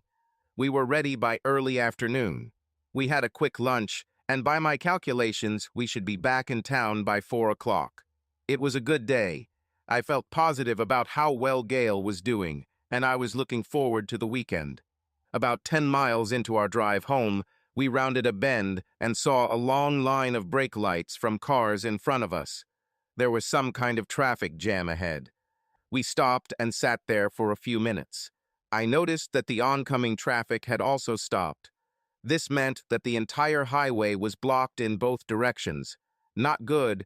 We sat there for a few more minutes and Gail opened the traffic app on her phone. Major collision at mile 17, she said, studying her phone screen. The sheriff is on the way, but no ambulance or tow truck yet. She took a deep breath. We could be stuck here for a long time. I thought about Vasquez's party and sent Ali a message. Traffic problem, I'll try to come as soon as possible. After another 10 minutes, I followed the example of some other cars. We turned around and decided to take the long way back. I estimate that we will now be back in Portland closer to 6 o'clock. My once relaxed mood became restless. The only positive thing was Gail. She tried to cheer me up. By the time we got back on 101, headed south, and then took the slow route home, it was almost 5 o'clock. There was no way I was going back to the office and then back to the party. I expressed these thoughts to Gail.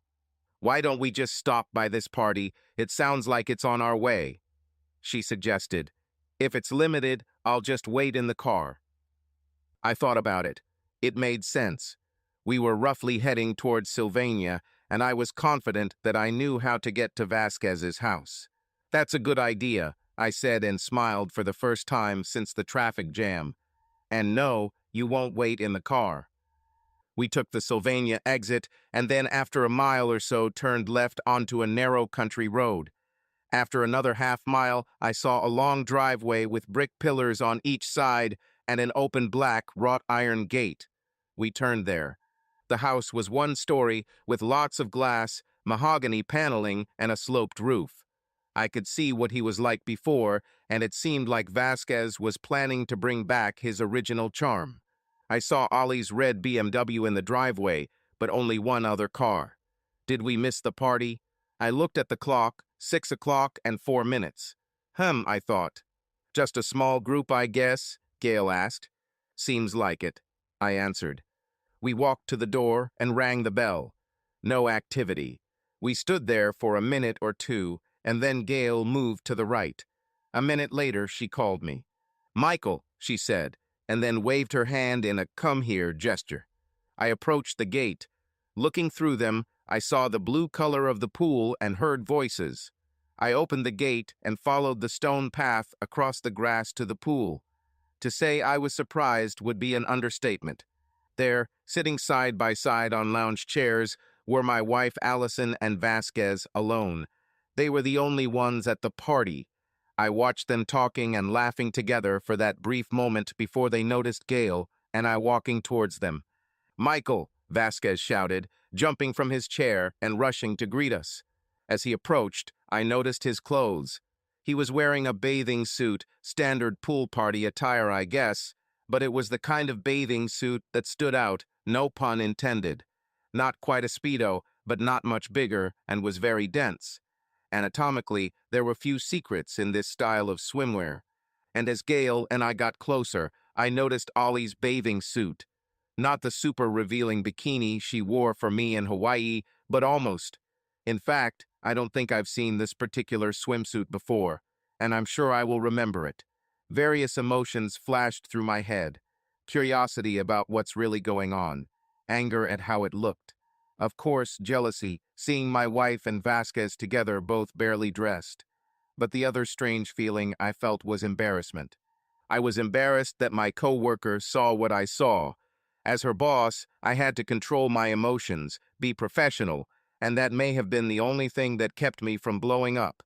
Allison stood up and put on some kind of cape. For a moment, I wondered who she felt the need to hide behind. Michael, Allison said, we thought you wouldn't make it. Wasn't there some kind of accident on the highway? She asked. Allison, Adrian, I began, ignoring her question about the accident. I'd like you to meet my employee, Gail Beverly. To say it was an awkward moment would be an understatement. But I have to say, Gail handled it politely and professionally. When Adrian, barely dressed, rushed towards her with his usual greeting, Gail extended her hand for a handshake, stopping his usual habit of greeting too closely. Allison at least had the decency to look embarrassed as we all stood there, in a state of near-total nudity in Vasquez's beautiful backyard. Our host went above and beyond, offering food, drinks, and a tour of the new home. I was unhappy with the situation, but since I was with my coworker, I needed to remain calm. Luckily, Gail came to the rescue. Sorry, Gail began. I have to go. You have a great place, Mr. Vasquez. Please call me Adri, he interrupted her. And it was nice meeting you both, she interrupted. Now, Michael, if you don't mind, we should probably go. And with that, we turned around and headed back to the gate we had just entered through. Michael, Ollie exclaimed, with a hint of pleading in her voice, a hint of guilt in her voice. I'll see you later, I shouted to her without turning around. When we turned the corner, Vasquez was still offering us chips and guacamole or something else, I thought. We headed to the car. As we drove away, I saw both Vasquez and Ollie at the gate watching us leave, him with a big smile, bright white teeth, waving goodbye. We didn't say anything for a few minutes as we headed back to the office. I was angry and embarrassed that Gail, my coworker, saw this. I was also becoming increasingly concerned about the nature of my wife's relationship with this guy. That was a little weird, Gail said, breaking the silence. I nodded in agreement. I heard about this guy. Didn't he work at Pincus? She asked. And doesn't he have some new miracle drug or something? I told her briefly about his history at Pincus and what I knew about Novusum and Dr. Gupta. I then told her that Ollie was working with Vasquez as the interior designer for his new home. Oh, I see, she said, nodding. That's the connection. We drove in silence until we almost reached the office. As we pulled into the parking lot, I turned to Gail. Hey, I started, do me a favor. Please don't mention anything about this. And then I gestured back toward Vasquez's house, to anyone. No, it's no one's business but yours, she said, and then stopped, turning to me. But I gotta say, I got a vibe from this guy. I've seen this guy before. I wouldn't trust him. She told me, getting out of the car. Driving home, I thought, yeah, I got a vibe from Vasquez too. The problem was that I was pretty sure Ollie wasn't getting the same vibe. Less than an hour after I got home, her bright red BMW pulled into the driveway. Allison burst into the house as if everything was normal. She came over to kiss me hello, and I retreated to do something in my office. She continued as if the party incident had never happened. Finally, I said something. So how was the party? I asked, curious what she would answer. She hesitated. It was kind of a failure, she finally said with a forced laugh. Several people got stuck in the same traffic jam because of the accident you were caught in, and in the end, it was just Adrian and I left. She said. Are you hungry? She asked, changing the subject. I ignored her question. I don't think I've seen this swimsuit before, I told her. She started some long story about a big sale somewhere and how she had to send it back and get a different size and how they gave it an even bigger discount and so on. Ollie, I said in a more serious tone, do you think there's something wrong with being dressed like that, alone with another man? Of course not, it was a pool party, she said, anger creeping into her response. Adrian is a friend, I trust him. What do you mean? Things went downhill very quickly. She accused me of not trusting her. I told her that it was Vasquez who should not be trusted by any of us. I knew I had to retreat to de-escalate the situation, but I was angry. Do you realize how embarrassed you made me in front of my coworker? I asked. Confused you. Her voice is now several octaves higher than usual. Am I embarrassing you? She was getting louder. I don't question you spending the entire day with this hot new girl. Hot new girl. I thought for a moment. Then I focused on our conversation. Okay, it was a full-blown argument by this point. It didn't end well. My point was that I thought she was acting inappropriately, at least dressed inappropriately, alone with a guy I didn't trust. She continued to claim that he was a good friend and that he was also her client. Neither of us gave in. There was tension in our house throughout the weekend, despite the warm weather. We didn't bring it up again. I think it was kind of an agreement to disagree. The problem was that it was never really addressed, and it was partly my fault. I knew that if I brought up the issue again, it would probably lead to another explosion. As things melted down in our house over the next few days, I never had the calm discussion we needed to have to resolve our differences. Life just went on, I was busy at work, and the topic of Vasquez didn't come up again. None of us. I made the mistake of thinking that because we didn't talk about him, our lives were separate from him. A mistake on my part. As I said, the hustle and bustle of normal life masked the cracks in our relationship. I worked hard in my new management role. I had almost put Adrian Vasquez out of my thoughts until one night before dinner. I got home from work and was half watching one of the evening news programs, sorting through my day. Suddenly, a familiar voice came from the TV. It was Adrian Vasquez. He was being interviewed by someone during the financial segment of a news program. He was talking about his new miracle drug, Novasum.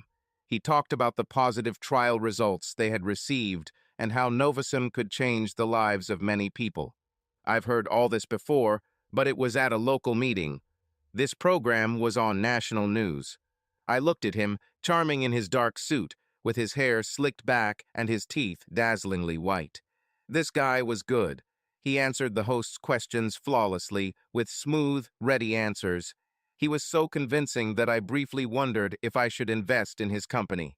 Reason prevailed, and I quickly rejected the idea. As I stood up to turn off the TV, I noticed Ollie moving away from the doorway of my office. She also watched Vasquez on TV.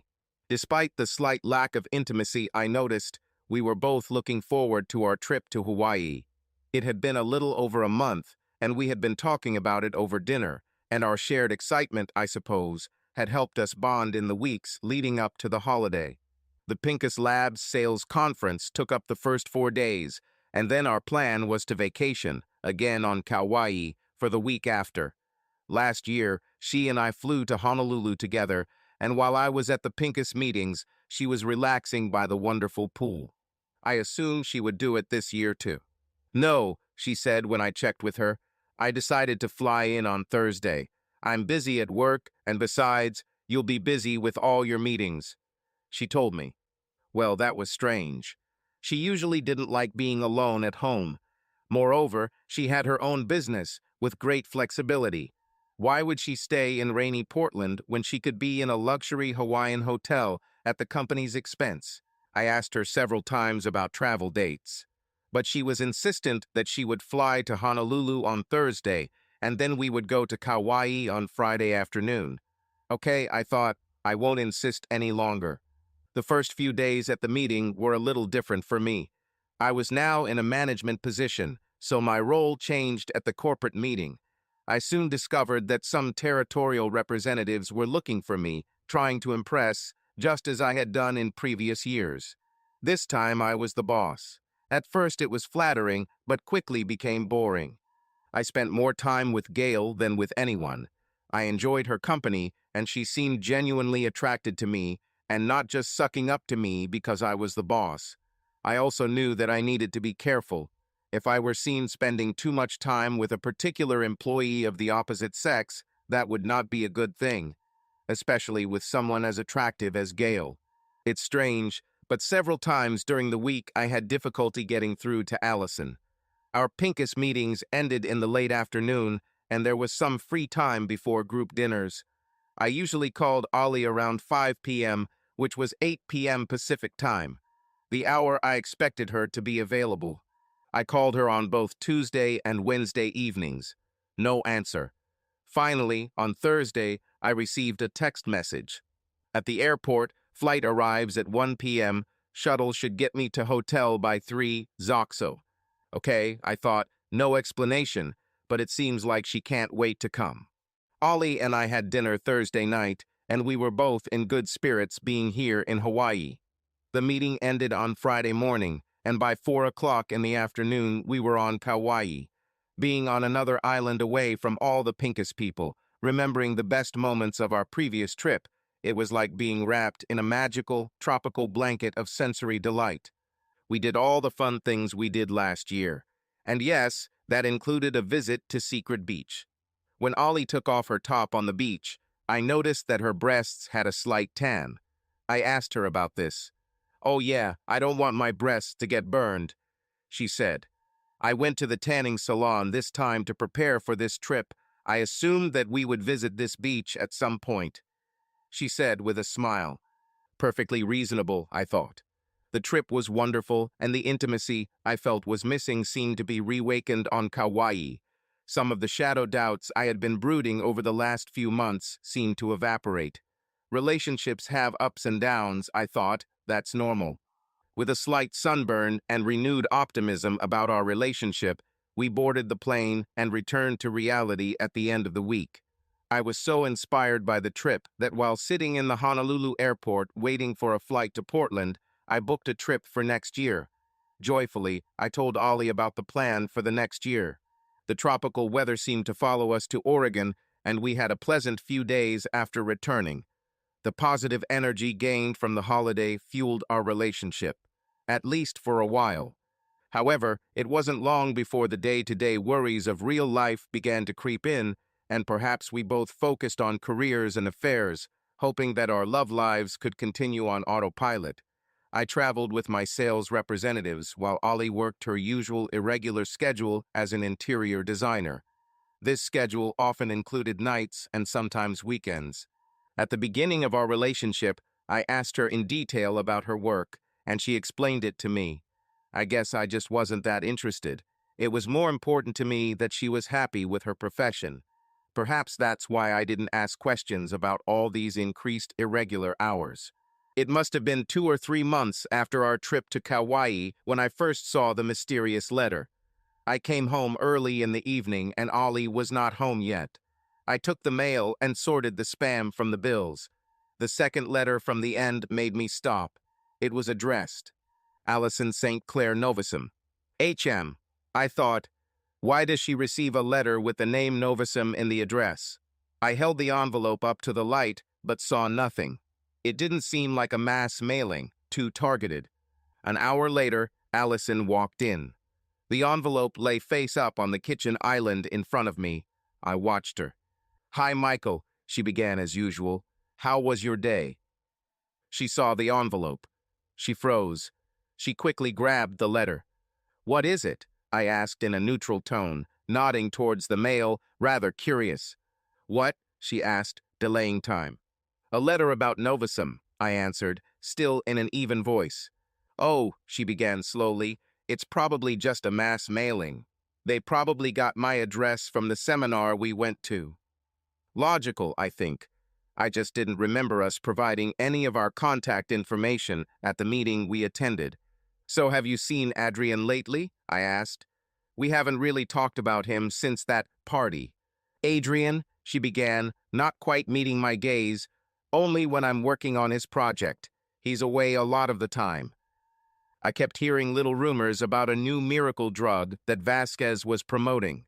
I knew that Novusum was preparing for an IPO, and from what I heard, they had not yet received approval from the FDA. Still, the promise of the drug seemed to attract more investors. "Okay, are you sure there's something we shouldn't discuss?" I asked, watching her.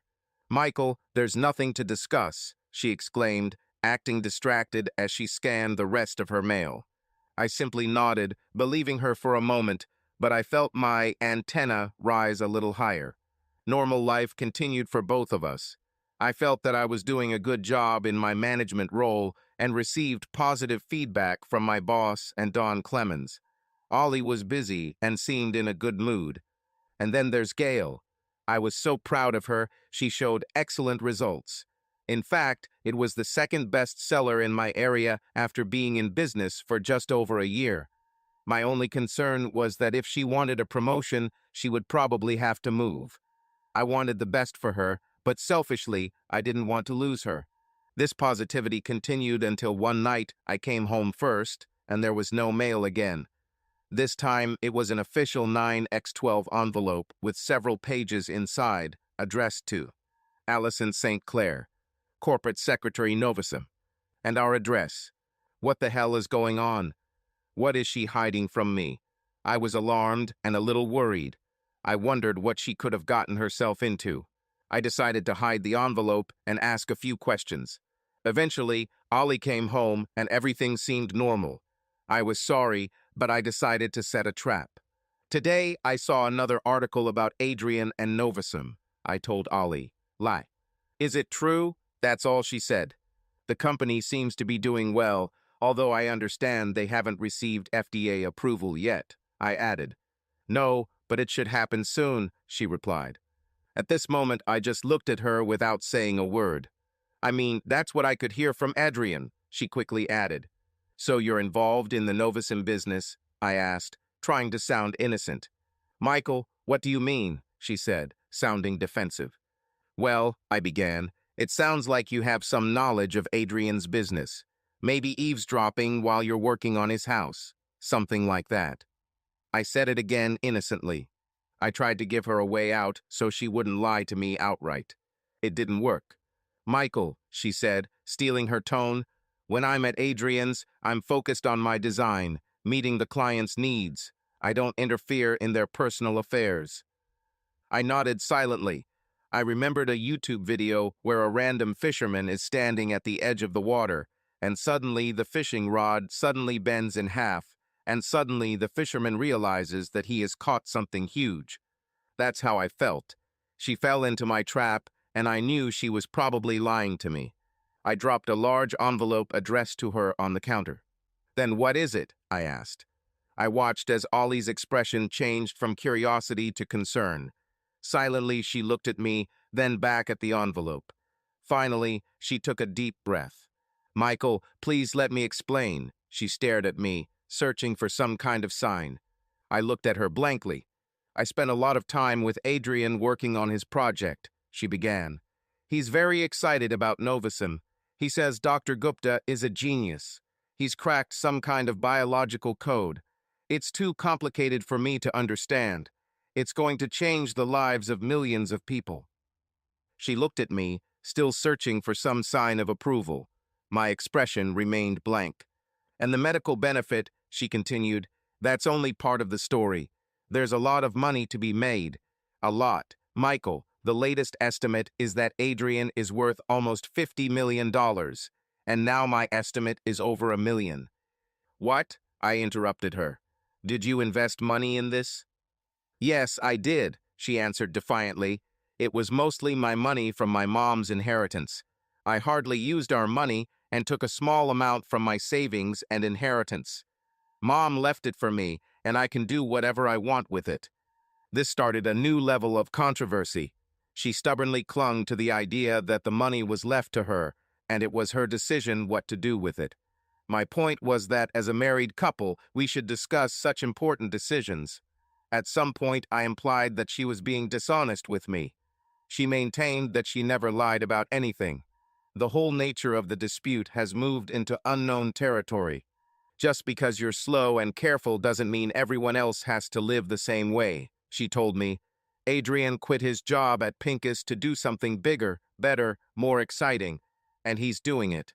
When Novusum goes public, Adrian will be worth a fortune, and I will become a multimillionaire too, she said, crossing her arms and looking at me.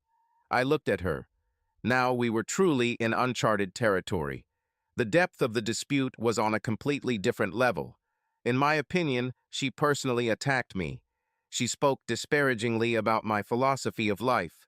The calm that I tried to maintain was shaken. Then why the hell don't you go to hell and live the way you want with Adrian? It was as if I had hit her. The expression on her face was one of shock. She looked at me as if trying to interpret my words, but there was only one interpretation. Suddenly, angry, she stood up, grabbed her car keys, her phone, and a few other things, and headed towards the door.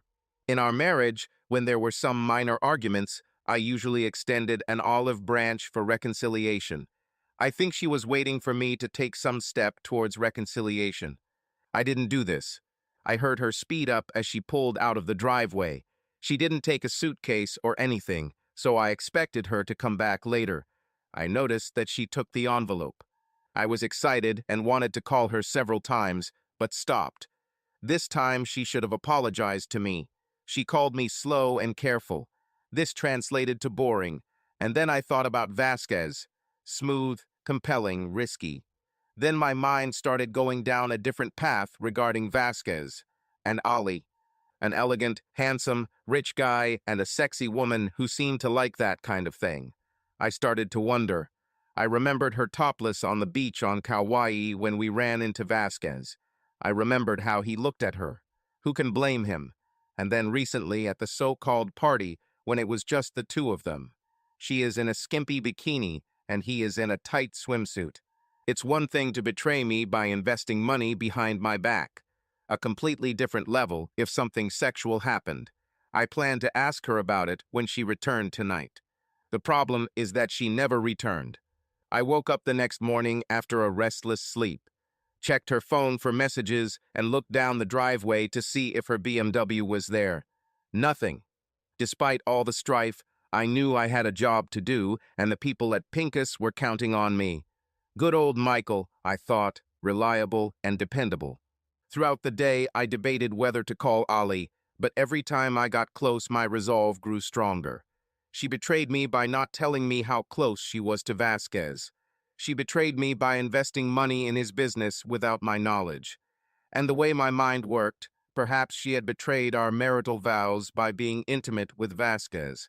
I could handle some lying, but if it got sexual, that's a different game. A wave of sadness washed over me, and I was on the verge of tears. At that moment, my phone vibrated. I suppressed my emotions and hopefully reached for the phone. It was Gail. She had pretty standard questions that we usually talked about. After a few minutes of talking, she stopped. "Michael," she began, "are you okay?" she asked. "Yes," I replied, surprised. "Well, you sound different," she said. "Are you sure you're okay?" she asked again. I sighed. "Just a few problems at home, nothing serious," I said, trying to give my voice a cheerful tone. "Let me know if I can help," she replied, her voice sounding skeptical, not quite believing my carelessness. Later that day, although I was pretty good at digging into my work, another thought stuck in my mind. What was written on that envelope? Something about the corporate secretary noviceum. I wondered what this meant. I Googled corporate secretary. I've read several definitions. It looks like there could be a few different responsibilities, and it also looks like she might actually be a corporate officer, depending on the structure of the corporation. On the way home, I tried to remain calm and organize my thoughts, preparing to speak to Ali with a rational approach to information gathering. Until it became a sexual relationship, I believed that we could solve our problems. Unfortunately, again, Ali was not at home, but there were signs that she was here. I noticed that the bathroom was missing some items, and its cabinets looked less stocked. Okay, the stakes have been raised. I decided to call her. Yes, I gave in, I knew it. But I needed to understand what was happening to my marriage. My call went to voicemail. Only the sound of her voice was bittersweet. I wrote her a message. "Allison, please contact me. We have a lot to discuss." I tried to be patient, but despite checking my phone every 10 minutes, there was no word from Ali. I really started to worry. My mind went into dark tunnels, imagining Allison and Vasquez in various sexual positions. Finally, I told myself that this was unhealthy. It was another restless night. I got up early, still not receiving any message from Ollie. I wrote to her again. It wasn't the most productive day at work, but I managed to forget about my personal problems for a while. By 5:30 p.m., I still had not received any communication from Allison. I got into the car, getting ready to drive home, and wondered where she might be. With her mother's death, she had no close relatives nearby. Although she had a wide group of friends, I couldn't think of a best friend she could stay with. And then I had another thought. Could this be possible? It seemed unlikely at the moment, but the more I thought about it, the more I needed to know. I pulled out of the parking lot and headed west, to Vasquez's house in Sylvania. I drove along semi-rural roads until I saw brick pillars on either side of a long driveway. I slowed down and started to turn, and then I saw the large black gate closed. I got out of the car and saw her red BMW through the gate bars. Suddenly, I was furious. I tried to open the gate, but it was securely closed. I called her. Nothing. I stood there, powerless to do anything. I was looking at a luxurious house, no visible activity. For a moment, I thought about ramming the gate with my car, but then I realized that I would probably get arrested and crash my car. Defeated, I went home. While her car there certainly wasn't a good sign, it was possible, just possible, that she was there professionally. With faint optimism, I hoped that this would be the case. Then I had a thought. If her car is there in the morning, I'll know she spent the night there. Unfortunately, tomorrow I had my weekly management meeting at 7 in the morning. I put the plan aside for a moment, and then suddenly an idea. I called Gail. "Hey," I said, trying to sound cheerful, "are you going to the coast tomorrow?" I asked. When I managed the territory, I set up my schedule so that my clients knew what day I was going to see them. Thursdays were always coast days. "Yes," she replied. "What happened?" "I need a favor." I said, "A big favor. This is personal, and I have to rely on you to keep this between us." "Michael?" She sounded a little alarmed. "What's going on?" I explained. I told her briefly about Vasquez. I told her about Ollie's investment in Novosim without my knowledge. And then I told her about our big argument and how I saw her car at his house. "So I'd like you to take a little detour on your way to the coast, drive past his driveway, and just see if her car is parked there. Take a photo if possible." Long silence. "Gail," I said, "I hope you don't think I'm asking this of you as your leader. I'm asking you as a friend. And if you don't want it, no problem, I'll just—" "Of course I'll do it for you, Michael," she interrupted. "Send me the address." I knew it was a risk to involve my employee, but I trusted Gail. The next day, somehow I was able to concentrate on the management meeting. By 9 in the morning, I was back in my office. 15 minutes later, I received a text photo from Gail. In the photo, I could see that the gate to Vasquez's house was still closed, and through the bars I could see the unchanging bright red color of Ollie's car. She was there all night. Suddenly, all my sadness was replaced by anger. I was pretty sure our marriage was over, but I was obliged to at least provide some kind of explanation. I wrote Ollie a message. "I know you're with Adrian. We need to talk. I'll be there at 6 in the evening." There were no replies from Ollie during the day. I must have checked my phone 50 times. But as the day wore on, my resolve grew stronger. If she has some plausible explanation for why she spent the night with Vasquez, and it should be very plausible, then we can begin the process of rebuilding and trusting. If I sense any kind of relationship between them, it's definitely the end. I even began the process of finding a divorce lawyer, which even a few days ago would have seemed ridiculous. These were my thoughts as I drove west to Vasquez's luxurious home in Sylvania. As soon as I turned off Highway 26, I had a thought. What if the gate is closed? I wasn't sure what I would do then, but I promised myself that I wouldn't scream or beg. I didn't mean to make a spectacle of myself. And then I turned and saw brick pillars. The gates were open. A sudden nervousness rushed through me, but was quickly replaced by other emotions, anger and curiosity. I had a few thoughts as I drove closer to the luxurious home and grounds. This was the type of house that Ollie liked. She would point out this style whenever we drove past something like it, or if she saw something like it in a magazine, she would show it to me. An attractive, sophisticated man, wealth, and the house of her dreams. Can I compete with this, I wondered?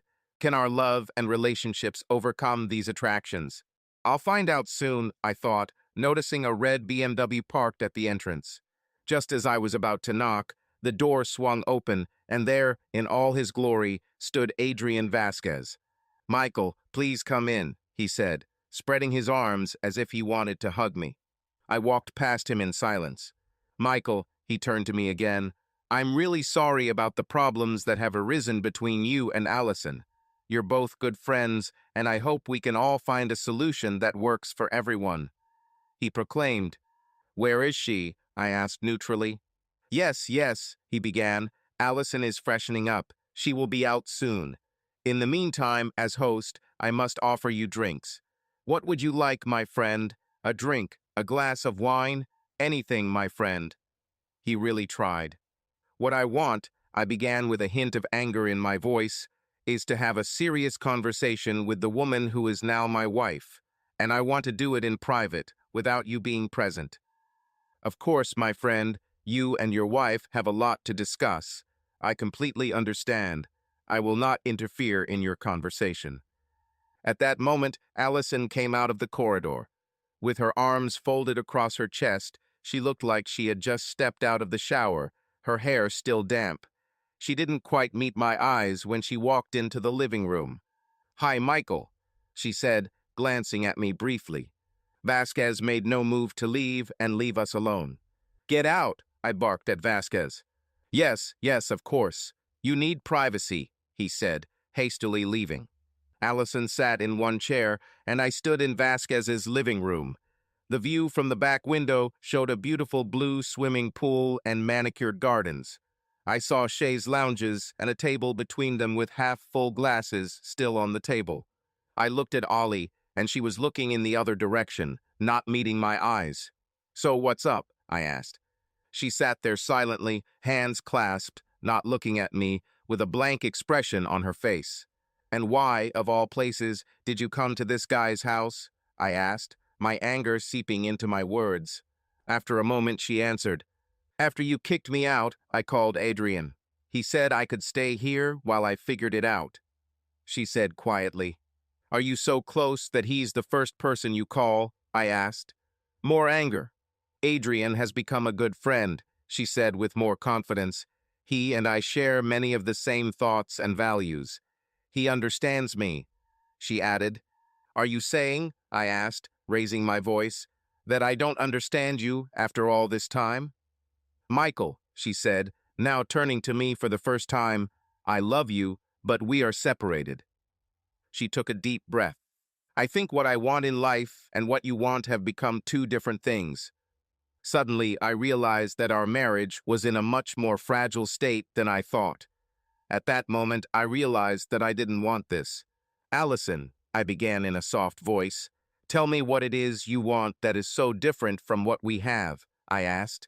"Michael," she began with a definite expression on her face, "you are a reliable, honest, stable, practical person.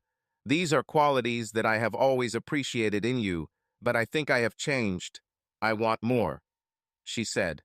"More than what?" I asked, getting angry again. "This," she said, waving her arms around the house and grounds. "That's the lifestyle I want. A nice house, travel, trips, nicer things, a different lifestyle. I want excitement." I stood looking at her, realizing that I probably never knew her as well as I thought. Her words rang in my ears. My interpretation was that she was bored with me, my stable job, our practical home. Finally, my brain got the message, or at least my interpretation of the message. "So you're sleeping with this guy?" I asked, nodding in the direction where Vasquez had gone. After a short pause, she answered. "What kind of question is this?" she answered, trying to add a hint of indignation to her voice. "Adrian is a friend." "So you are?" I asked again. And then I noticed movement out of the corner of my eye. Vasquez, who must have been hiding somewhere nearby, re-entered the room. "Michael," he began, "the truth is that the friendship between Allison and I has blossomed in recent weeks. But you, Michael, are my friend too.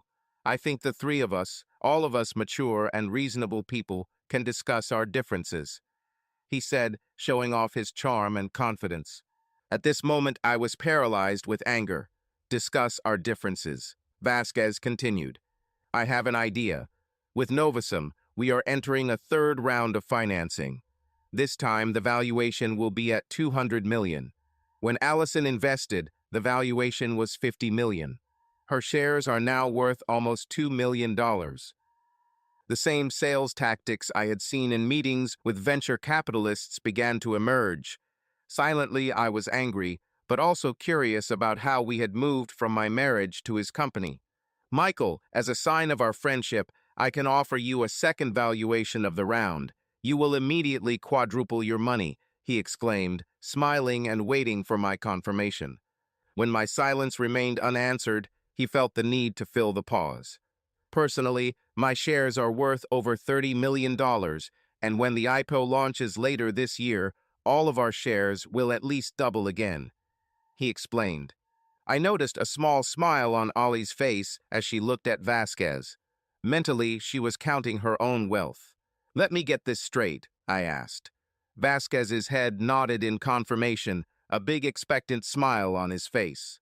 "If I invest $100,000, it will immediately become, say, 400,000, am I correct?" I asked. "Yes, yes," he nodded eagerly, as if the slow student in the class had finally understood the lecture. "And then, when the IPO goes live, I'll be worth 800,000, I asked. "Exactly," Vasquez exclaimed, literally clapping his hands. I now turned to Allison, speaking to Vasquez. "I'm a little slow, but let me repeat it all," I said calmly. "If I give you $100,000, I'll end up getting 800,000 back, but in the meantime, you'll be sleeping with my wife. Is that right? Did you understand the assessment correctly?" I asked. "Michael," Ollie reacted. At this point, I started to leave. Now I knew what was happening. As I turned to leave, my anger subsiding slightly, Vasquez grabbed my arm. "Well, Michael," he began. I had no idea, I barely remember it, but at that moment I turned around and punched him in the jaw with rage. It knocked him off his feet.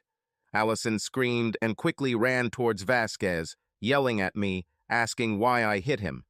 I continued walking towards the door.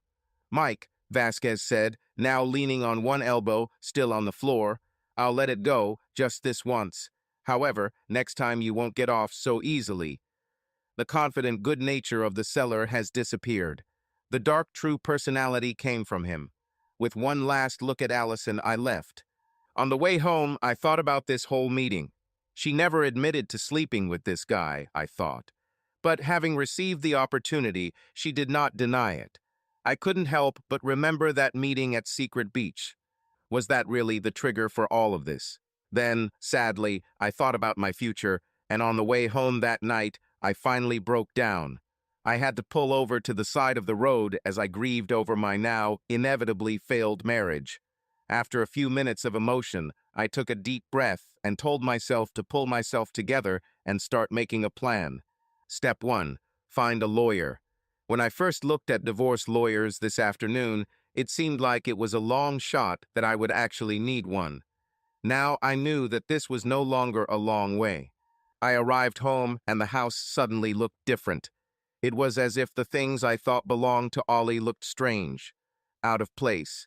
The burden of my failed marriage felt like a weight on my shoulders, dragging me down both physically and mentally. Fatigue overwhelmed me. I analyzed over and over again what I did wrong to get to this point. Knowing that she was sexually intimate with Vasquez, was there a situation in which I would forgive her?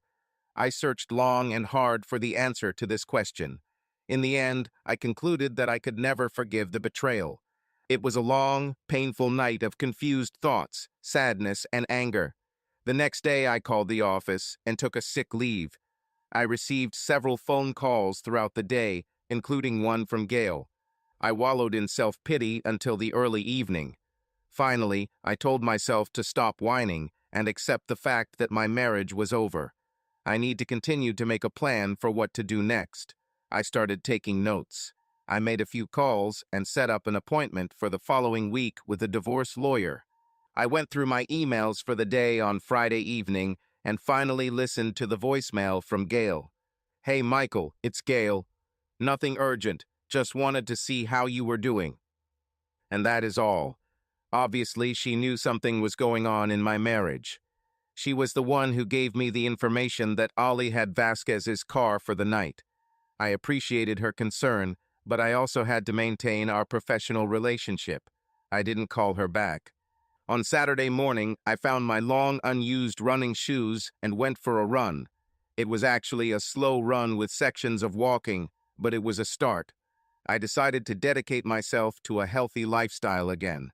I spent the rest of the weekend working in the garden, and despite sad thoughts about Allison and our plans for the house slowing me down from time to time, I stuck it out.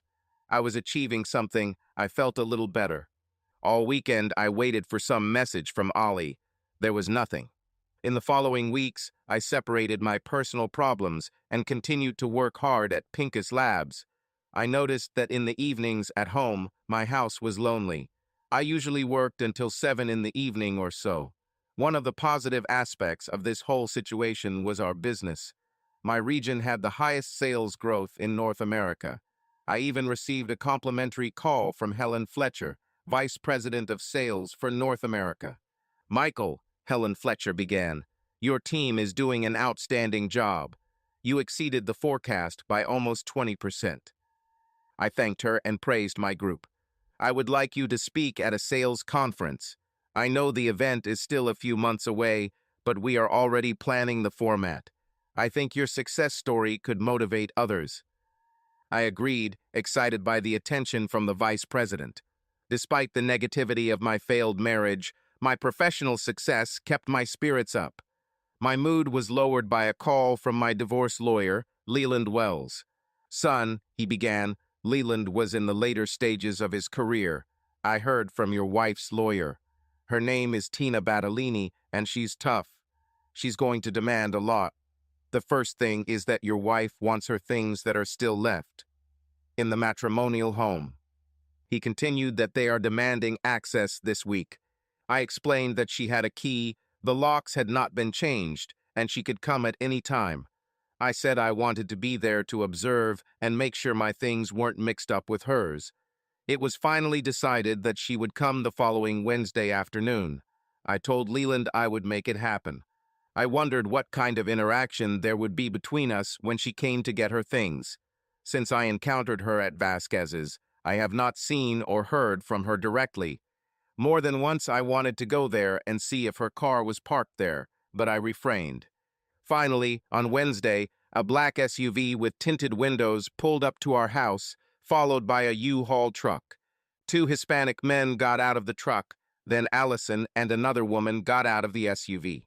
Allison was dressed fabulously in designer clothes and expensive sunglasses.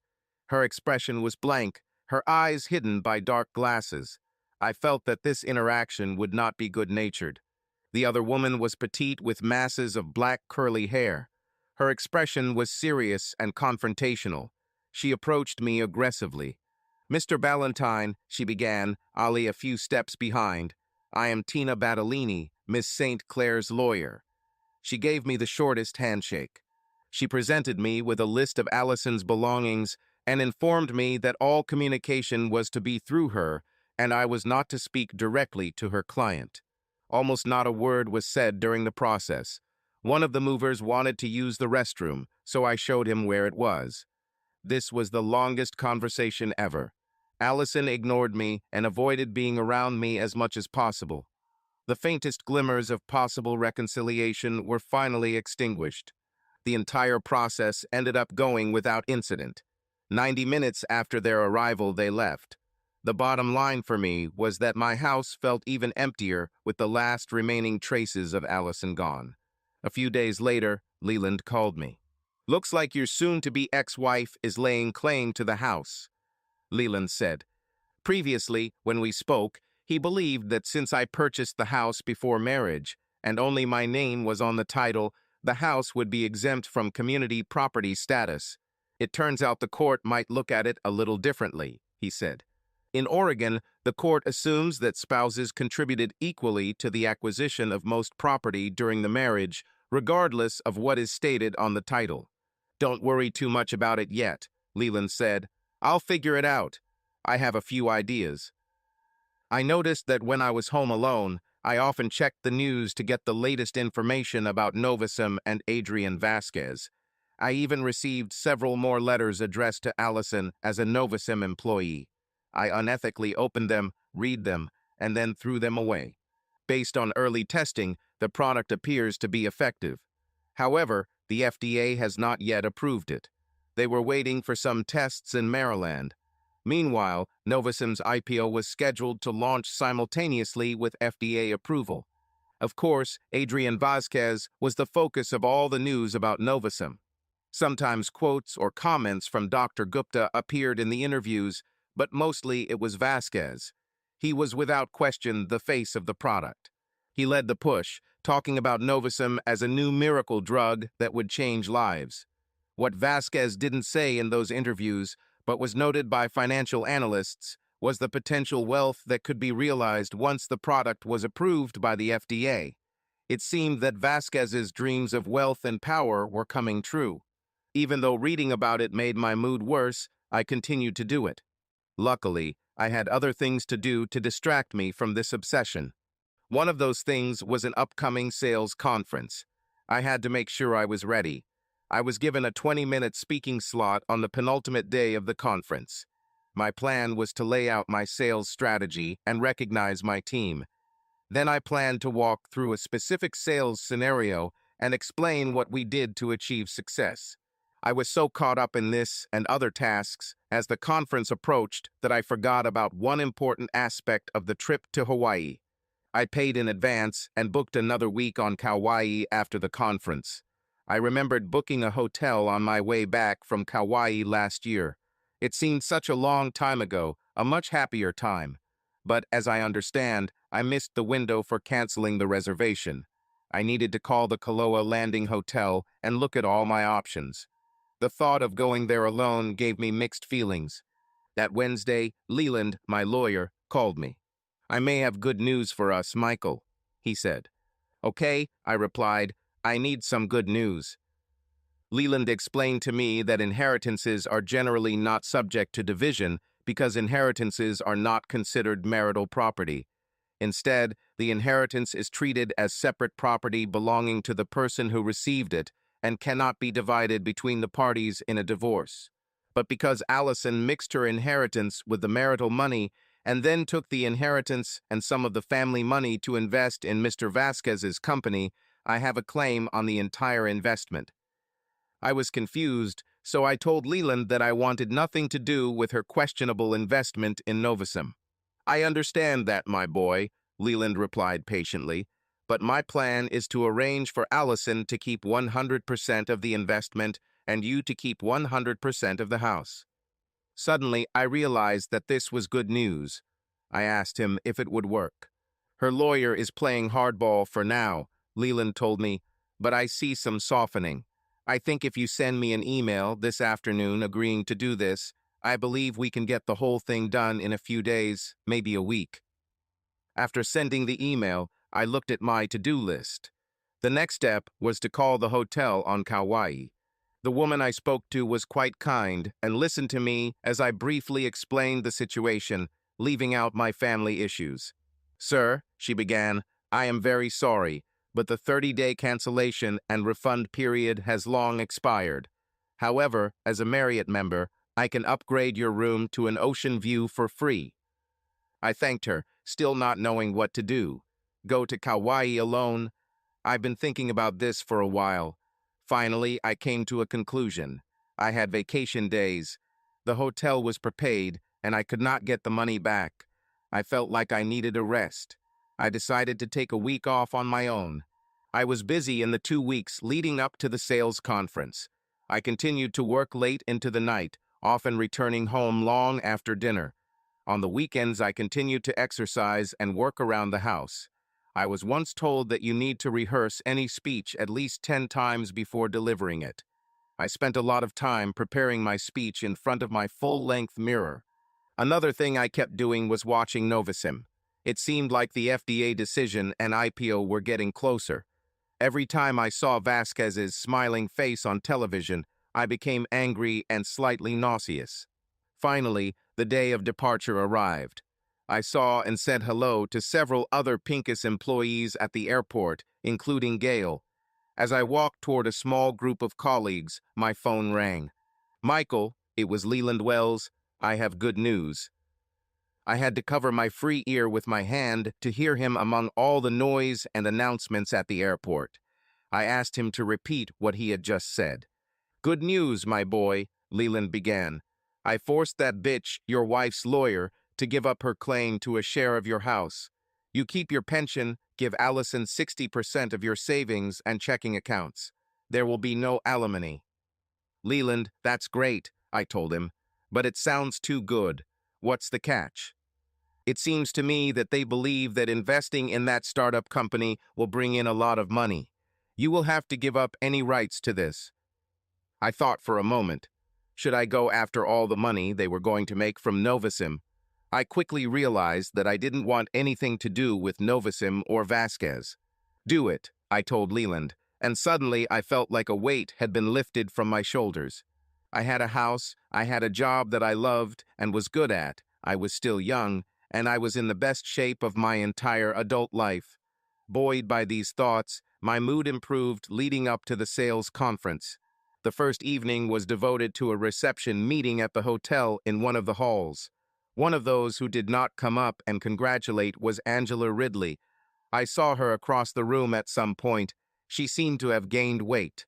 I knew the next 3 days would be busy and told my team to have a good time, but make sure they were at the first meeting in the morning on time. The meetings on Wednesday went well. As a manager, I had different responsibilities than in my previous role. At some point, we were discussing one of our new products that was launched not so successfully. We did not meet the forecasts for it. It turned out that my team, led by Gail, actually exceeded the plan by 10% on this product. A question came from the audience. It was Miss Negative, Angela Ridley. How are we supposed to sell this product if there is no demand for it? The audience fell silent. It was not normal protocol to question the strategic path that management was guiding us on. Suddenly, Don Clemens stood up and turned towards Angela. Perhaps Michael Ballantyne can talk about the success they have had in this region, Clemens said. For a moment, I was stunned. Several people turned to me expectantly. As I sat there, I heard a comment from the area where Angela was sitting. Lucky, said a female voice. It was probably Ridley. This drove me crazy. I stood up and addressed the audience. Yes, whoever said lucky, you are right, I began. I am fortunate to work with a dedicated team of professional sales representatives who believe in the direction management has given us. Oh, and one more thing about luck that my old football coach taught me. The harder you work, the luckier you become. And with that, I sat down.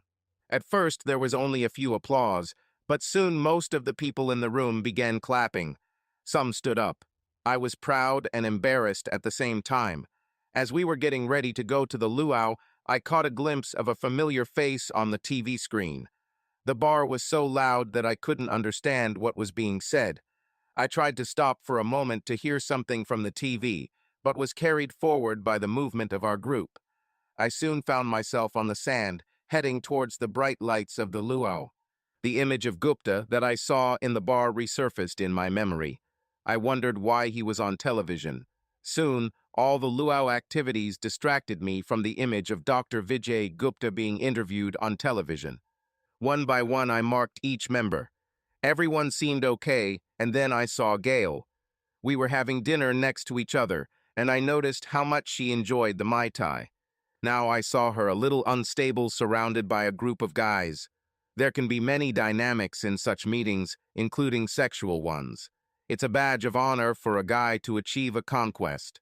For a girl, it's the opposite, a reputation that can kill her career. I know it's unfair, but that's how it was perceived. I decided that I needed to save Gail. I approached the group and politely but firmly inserted myself into it. "Gail," I began, "do you have a minute? I need to discuss a couple of things with you," I said. She readily agreed, and we walked away, with minor protests from the remaining guys.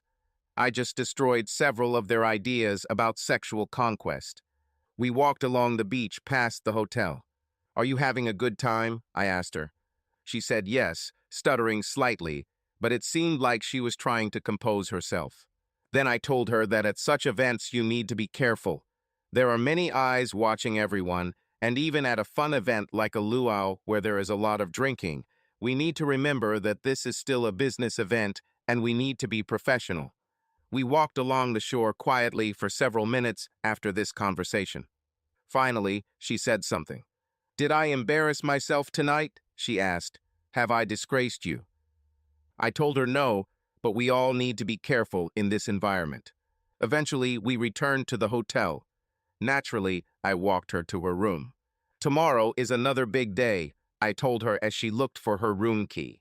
"Thank you, Michael," Gail said, looking into my eyes, leaning towards me and kissing me on the cheek. I was surprised by the kiss. I awkwardly leaned away, wished her good night, and went to my room. Her natural attractiveness and kiss excited and confused me. She was my subordinate. I hired her. These thoughts distracted me as I entered my room and got ready for bed. I didn't sleep well that night. I was mostly nervous about my presentation, which was scheduled for Thursday afternoon. But meeting Gail and kissing her at her door bothered me. On the one hand, I really liked her, and the kiss was pleasant. On the other hand, she was my subordinate, and Pincus had a policy against fraternization, even between consenting parties. Plus, I wasn't sure if I was still legally married. With this in mind, I emailed Leland Wells. I was surprised when I received a response from him right away. I quickly realized that 5:27 in the morning Hawaiian time was almost 8:30 on the West Coast. Of course, he was in the office. In my letter, I asked him if the divorce went through. I received a quick response. "My boy, as of 4:34 last Tuesday evening, you have not been officially married. The documents were filed with the court." Okay, that settled the matter. Emotionally, the news left me feeling relieved and a little empty. However, I had other things to worry about. First of all, my presentation. Careers can depend on individual moments. I wanted to make sure I was ready. Another thought that constantly distracted me was Gail. At the morning meeting, my group gathered around me again. I noticed Gail when she entered the room. She looked good, no sign of yesterday's Mai Tai. When she arrived, she walked towards me. "Sorry about last night," she told me quietly. I told her she had nothing to apologize for, and we left it at that. My presentation went well, and several members of management, including Don Clemens, congratulated me. I even received positive words from Helen Fletcher. In a good mood, I told my group that Thursday night was a free evening, but I had a reservation at Duke's for 6:30. It was optional, but I invited my whole team. The evening turned out to be pleasant and relaxing. Everyone was there except Gail. I was a little disappointed by her absence, but I understood. I just hoped there wouldn't be any awkwardness between us. The next day, there were closing remarks from Helen Fletcher, followed by an awards ceremony conducted by CEO Arthur Goodfellow. It was interesting to think that just 2 years ago, I was surprised to receive the Territory Sales Representative of the Year award. I was happy with the trajectory of my career path. Suddenly, I realized that the meeting was over and I was on vacation. An unusual vacation, of course. I was alone, but I decided to enjoy it. I told myself that I would put off thinking about Allison, Vasquez, Novosim, or anything related to that. I was going to take a week, relax, and ignore all these negative distractions. I spent the rest of the day running around, exploring new places, and then collapsed on a lounge chair by the world-class pool with a bottle of Coors Light. The wonderful smell and feel of Hawaii was indescribable. I sighed, and soon the exhaustion from the whole week caught up with me. I fell asleep. The next day I got up and decided to run in the opposite direction along the beach to Poipu. The first part of the run was on a paved road with a beautiful view of the ocean. The path then passed through the Sheraton grounds and continued along the beach to Poipu. When I started my return trip, it was late morning and the Hawaiian sun was blazing. I stopped for a drink of water at the Sheraton. Just as I was about to leave the Sheraton, I heard someone calling my name. I turned around, surprised, to see Gail sitting on a lounge chair by the pool, waving at me. Joyfully, I ran to her place. "Hello," I greeted her. My smile was wide and sincere. "Are you staying here?" I asked. She said yes. She said she had always wanted to go to Kauai and remembered me talking about my previous trips and how beautiful it was. We chatted a little about what a coincidence it was to see each other and what a great beach the Sheraton had. Then she asked me a logical question. "Where are you and your wife staying?" she asked. I froze. "I'm at Kaloa Landing, just up the road," I replied. He took a deep breath and continued, "And my wife is not with me. In fact, as of last Tuesday, she is officially my ex-wife." The conversation somewhat stalled at this point. Finally, I asked her what her plans were for the rest of the day. She said that she was on vacation and had no plans. "I was going to go to Waimea Canyon. If you haven't seen it, it's definitely worth a look." "This is exciting," I told her. We agreed, and I picked her up later that day. We had a great time enjoying incredible views on the far west of the island. On the way back, we discussed our specific plans for our vacation. It turned out that we were both in the same mood. Just enjoy a break from real life, sit in the sun, and enjoy Hawaii. She said she planned to just have dinner at Lava's at the Sheraton and watch the sunset. "Sounds great," I replied. "Can I join you?" I asked.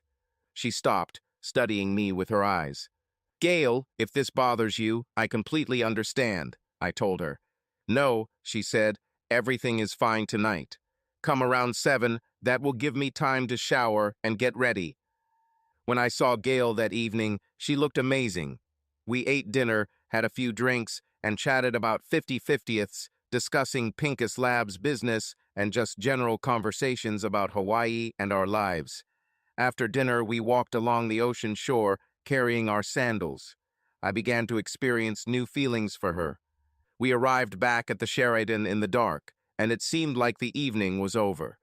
I felt so good being with her that I didn't want it to end. I asked her what she was doing tomorrow. "Sunbathing, swimming in the ocean, studying a Kauai travel book, and reading my pulp novel," she told me. I laughed and said I might see her jogging again, and although a kiss or a hug or some sign of physical contact would have seemed appropriate given the closeness of our day, I simply turned and waved goodbye. The next morning, I ran the same route as the day before, past the Sheraton to Poipu Beach and back. On the way back, I stopped at the Sheraton, and sure enough, Gail was there, and she looked great. When I walked over to her lounge chair and sat down next to her, it took a lot of effort to maintain eye contact with her. Two slender spheres, only partially covered, drew my eyes down. At one point, she caught me peeping, and a small smile appeared on her face. I told her I was going to Shipwreck Beach in front of the Hyatt and climb the sand cliffs. "You want to go?" I asked. She looked at me and answered, "Michael, you don't need to be my guide. This is your vacation. I can handle things myself," she said. "Okay," I said, confused by her comment. "But I really want to spend time with you," I said without thinking. I just blurted out what I was really thinking. She paused and studied me, looked at me as if she wanted to understand more, then sighed and said, "I think I want to spend time with you too," she said, avoiding eye contact with me. Oh, forget it. How about we meet at your place in an hour," she said. We went to the public access to Shipwreck Beach at the Hyatt. We walked along the cliffs. The sun was shining on us, but the coolness from the winds was pleasant. At one point, I asked her to put sunscreen on my back, and then I did the same for her. It was a small thing in my mind, but it was still a new level of intimacy between me and Gail. It was late afternoon when I dropped her off back at the Sheraton. Over the course of the day, the remaining awkwardness between us disappeared. Part of the vacation, with thoughts of work put aside, I no longer thought of her as an employee at all. I found a place in my book about Kauai for dinner Want to join? Asked Gail. Where, of course, I said, smiling at the fact that the questions about our time together seemed to be over. We went to Kyoki's that night. This is a fun restaurant and bar in Kahlua. We ordered drinks. Gail had a Mai Tai, and I ordered a local beer. Kyoki's had a festive atmosphere, and Gail was on her second Mai Tai before dinner arrived. We were chatting about various topics when Gail randomly brought up one particular topic. Hey, I heard something about Novacom and that Adrian guy today, Gail casually mentioned. My reaction stunned her. Gail, I interrupted her. Please, I promised myself not to think or talk about this topic while I'm on this vacation. She fell silent without saying anything, stunned. The thing is, I told her seriously, the wounds are still too fresh. A minute later, she answered. Obviously, I knew there was some level of conflict, she said. I was there when we saw them together, her in that bikini. And then when you asked me to spy on her car, I'm smart enough to realize something was wrong. I nodded silently. Then I thought that I really needed to tell someone, so I kept everything inside. It couldn't be great. So despite a few doubts, I started telling her the whole story. I started with that Pincus Sales conference 2 years ago, and then my meeting with Vasquez at Secret Beach. I read about this beach in my book about Kauai. It looked pretty interesting, Gail commented. Sorry, continue. She encouraged me to continue. At that moment, they brought us the bill, and I interrupted the story to pay it. We walked back. The sky was still colored by the recent sunset. The air was warm and pleasant. I continued my story of troubles. At one point, I almost choked up explaining how my marriage failed because of greed more than passion. Gail, who had been walking close to me the entire time, took my hand. It was such a small gesture, but at the same time so intimate. We continued walking along the beach past the Sheraton, still holding each other's hands. We stopped in one of these unlit areas, and I turned around and I hugged her, and we kissed. That was incredible, to be on this beautiful beach with this fantastic woman. Suddenly, we were interrupted by a wave that washed over us, and we turned and walked back. This time, my arm was around her shoulders, keeping her close to me. We chatted and discussed Kauai and places we would still like to visit. Do you really want to go to Secret Beach? I asked. It's a little hard to find. She looked at me with a half smile, as if I had just directly asked her to show me her breasts. We'll see, she said. By this time, we had already arrived at her hotel. Hand in hand, we walked to her room, and when she was looking for the key, I kissed her on the back of her head. We both stumbled into her room, hugging each other like we had just moments ago on the beach. We made it to the bed, and I turned back to her. But this time, Gail raised both hands in a stop gesture. Michael, she said, breathing heavily, stop, I think we're going too fast. I like you, but... Okay, I get it, I said, torn between physical need and common sense. I like you too, and you look so good. I glanced at her partially exposed breasts. I couldn't help myself. Let's just slow down. There's a lot of complexity here, she said, adjusting her clothes and standing up. Okay, you're probably right, I said. See you tomorrow, I added and kissed her goodbye. Returning to my hotel, I felt good. Was happy about the developing relationship with Gail. I knew we would have some work issues to figure out, but I was confident that we could get through everything. I also felt relieved to finally share my feelings about my failed marriage. I fell asleep with pleasant thoughts. The next day, I did my usual run at the usual time, stopping at the Sheraton on the way back. I was really looking forward to meeting Gail. There were so many things I wanted to tell her, and I was also hoping for a trip to the secret beach with her. I looked at the sun loungers by the pool. Gail wasn't there. I thought. I waited another 20 minutes, and every time someone new entered the pool area, I hoped it would be Gail. I sent her a text. I decided to go back to my room, shower, and get ready for the day. Right before the shower, I texted her again. Call me when you wake up. I got out of the shower, put on shorts, and checked my phone. No messages. I was disappointed and began to worry. Did I push too hard last night? Is it possible that I not only ruined a potential romance, but also compromised my relationship with my subordinate? Can my behavior be considered sexual harassment? Is it possible that I could lose my job? Suddenly, the pleasant cocoon of vacation was coming to an end. I was on a return flight.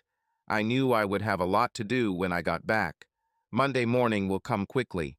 I needed to prepare for a budget meeting, check sales, answer a mountain of emails, and meet with HR about hiring. I did not plan this additional hiring. The first thing I did on Monday morning was check my voicemail.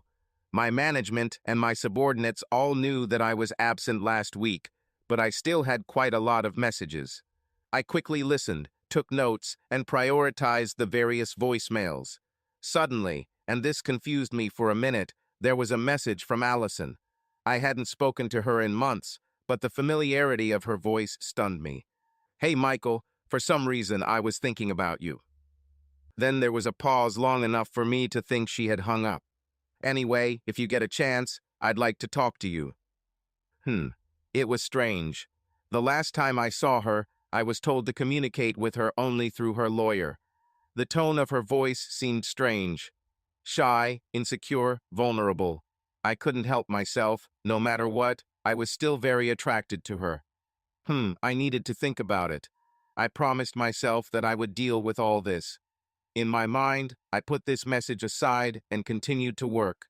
I met with HR and we started the hiring process again. Carl, my boss, invited me to lunch, and although I planned to work non-stop, I changed my plans and agreed. We were talking about a lot of things over lunch, discussing recent events, and suddenly he brought up a certain topic. "What do you think about what's happening with Novosim?" he asked. I stared at him in bewilderment without saying a word.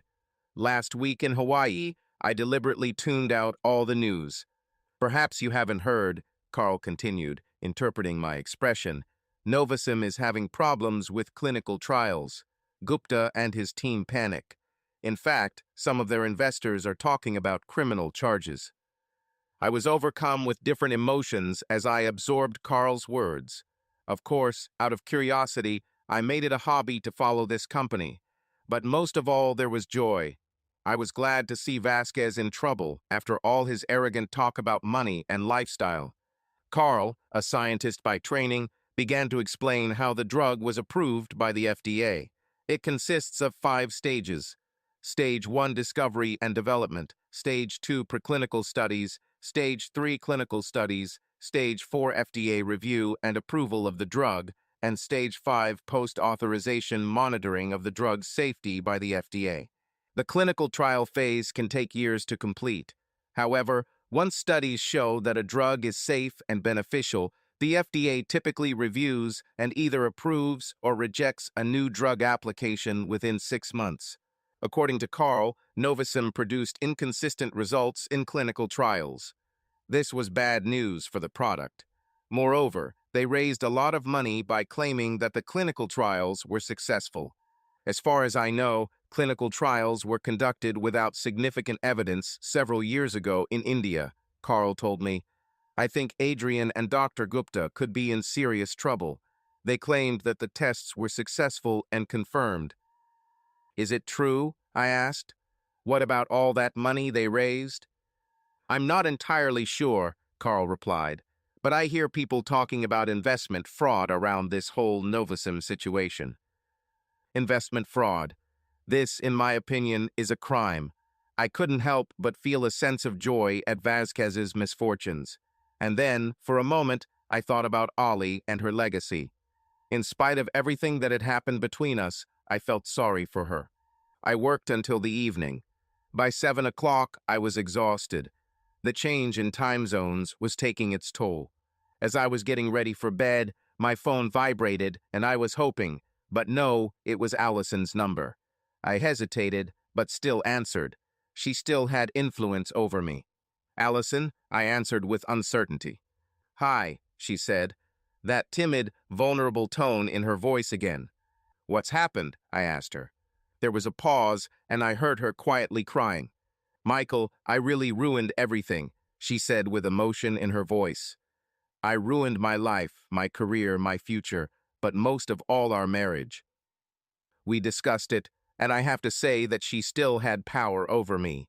My natural instinct was to protect her, to tell her that everything would be fine, to take care of her. But there were other feelings, and I knew it wouldn't be fair. "Michael, can I see you?" she asked. I hesitated without answering her, considering all the possible consequences. "Don't make me beg. Just say yes," she whispered to me. In the end, with reservations, I agreed. I told her that we could meet on Thursday night. She wanted to meet at my house. She called it home. I insisted on meeting in a public place. We decided to meet at Zen Zen near my office. We talked about minor things at first, but the circumstances of our divorce were a slightly tangible presence in the conversation. Finally, I asked her. "So, Ollie," I began, bringing up an important topic, "what's going on in your life?" At first, she burst into tears, and several minutes passed before she could speak calmly. She told me that Novicim had not lived up to the expectations that Adrian had promised. I knew part of it, but I didn't say anything. Suddenly, all the investors were demanding their money back. Ollie said that she had asked Adrian about her money, and he kept saying that she would get it, that everything was fine. She just had to wait a bit, he told her. She then proceeded to tell me how stupid she was and how all she wanted was to get me back. "Michael, please," she begged, "give me a second chance. I'll do anything, anything. I will be a better wife and even mother someday if you want." I must say that all this was very tempting. She was still very attractive to me, and her remorse seemed genuine. But a lot has changed recently. I told her that I needed time to think about it. "Michael, I understand," she said, signs of hope visible on her face. "How about this weekend? I can come home and we can talk again." I told her that I already had plans, but I was free on Sunday. "Great," she said happily. "I'll cook dinner." With trepidation, I agreed. Most of all, I wanted to know the details of what happened. I had a good weekend, and suddenly Sunday came. I didn't tell anyone about the meeting with Allison. On Sunday evening, as agreed, Ollie arrived and entered the house without knocking, as if she was still living there. She was bringing food to dinner. "Michael, can you open the wine?" she asked. When I took out the bottle, she lightly touched me and kissed me on the cheek. I noticed something in our communication, and then I saw her fussing in the kitchen.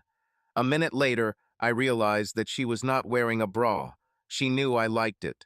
She prepared a delicious dinner, and during dinner our conversation was light, without the heavy topics that destroyed our marriage.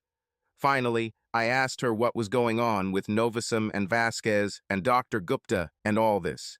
The illusion of a normal home life was broken. She stopped, took a deep breath, and finally answered. "Adrian keeps saying that Novicim will still be brought to market, but the timing has changed. All investors demand their money back. I also asked for my money back." She continued, "Dr. Gupta has left the country and is now in some Asian country that does not have an extradition treaty with the US. Adrian receives notifications from the Department of Justice all the time asking for information. He's ignoring them for now."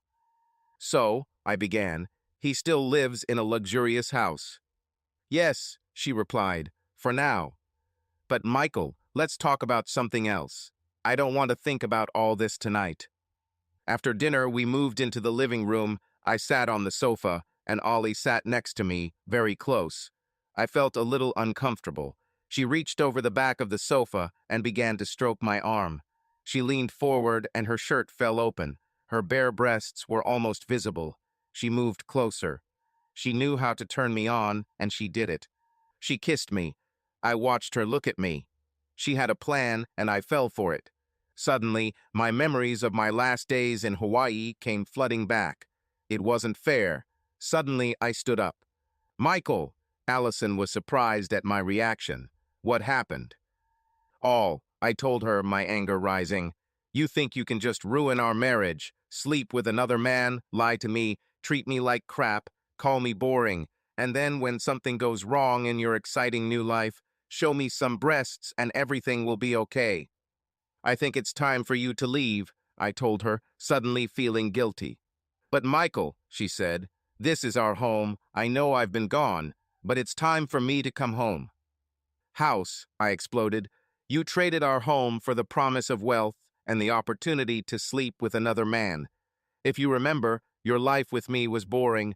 You said that you needed more emotions. Okay, I see you need some time, she said, still confident that we would make up. I'll leave, she said, and as she walked out the door, I heard her say under her breath, bye. Thoughts swirled around my head. She still had little power over me, and I was tempted. But so much has changed. My life has changed a lot over the past year. I thought about Ollie, Vasquez, Novosum, my career in Pincus, divorce, and finally found a pleasant topic to think about. Gail. My thoughts turned to the rest of my vacation on Kauai. As you may remember, the day after Gail and I kissed and became intimate, I suddenly couldn't find her. She didn't answer calls or messages. It was confusing and disturbing. I spent a terrible night worrying and wondering if I had made a big mistake that could affect not only my personal life, but also my career. Nothing. Gail was nowhere to be seen. With mixed feelings, I walked back to my hotel. I had not yet reached my room when suddenly my phone vibrated. It was a message from Gail. Excitedly, I read the message. You should have the document delivered to your hotel room this morning. I thought. It didn't sound good. I hurried to my room. When I walked in, I saw a 9x12 envelope shoved under the door. I quickly opened it. I have read the document. It was a letter of resignation from Gail Beverly, effective this Friday. Oh no, I broke our relationship. I wondered if it cost me my job. And besides thinking about myself, if I offended Gail, I needed to apologize. I sent her a message asking her to meet and sort things out. A moment later, the answer came. Be patient, you have to get a few more deliveries. At that moment, I heard a muffled rustling and saw a second envelope appear under my door. Nervously, I opened the second envelope. It took a few minutes to figure out what was in the envelope. After a few moments, I understood. Pincus Labs had a strict no fraternization policy. Key pages of the longer document were stapled together. The following passage has been highlighted. Pincus Labs' no fraternization policy sets a boundary between the professional and personal lives of colleagues. The policy sets boundaries in the workplace and allows employees to behave respectfully towards their colleagues. Personal relationships between managers and their direct reports are prohibited. Did she report me? Should I receive some ominous message from HR? I was much more confused now than before I received these messages. Sitting in my room, the pages of the document laid out on the bed, I did not understand what was happening. For a moment, I thought about Gail. I was thinking about our intimacy just a night ago. I really thought we had something. It seems I was wrong. A moment later, there was a quick double knock on my door. It scared me. It took a moment to reach the door and open it. There was a small square box in the hotel hallway, too big to fit under the door. My name was written in black letters on a white box. Michael. At first, I didn't understand what was in the box. And then, under the main content, I found a page from a book about Kauai called Secret Beach. It looks like the page was torn out. And then I realized I couldn't stop smiling. It was the top of her red bikini. Top section, linked to Secret Beach. Everything was starting to come together. Then the two previous messages. Her resignation letter, and then pointing to the company policy document. I think I've begun to understand this mystery. I noticed another note. Meet me in your hotel lobby and get your stuff for a day at the beach. I quickly gathered everything I needed for the beach. I hurried into the lobby and there sat Gail, studying the road map. She looked at me with a big smile, stood up, and we hugged. What were you doing, stranger? She asked, still smiling. We have a lot to discuss, I told her, happy but still puzzled. Don't worry, she said. We have a long way to go and plenty of time to talk. And we had it. Gail told me that she had always liked me in a friendly way, but during her week on Kauai, her feelings had deepened. I definitely wanted you that night, but I knew there were, she paused, obstacles. I understand. We worked together. I was her manager. I remembered the document about the ban on fraternization that she gave me. I nodded silently as she continued. I really like my job, she explained, but I decided I liked you better. She told me that she had discussed the opportunity to work in the veterinary department of Pincus with one of the hiring managers during a sales conference. Something like, "If you ever want to work on the windy side, we will create a place for you."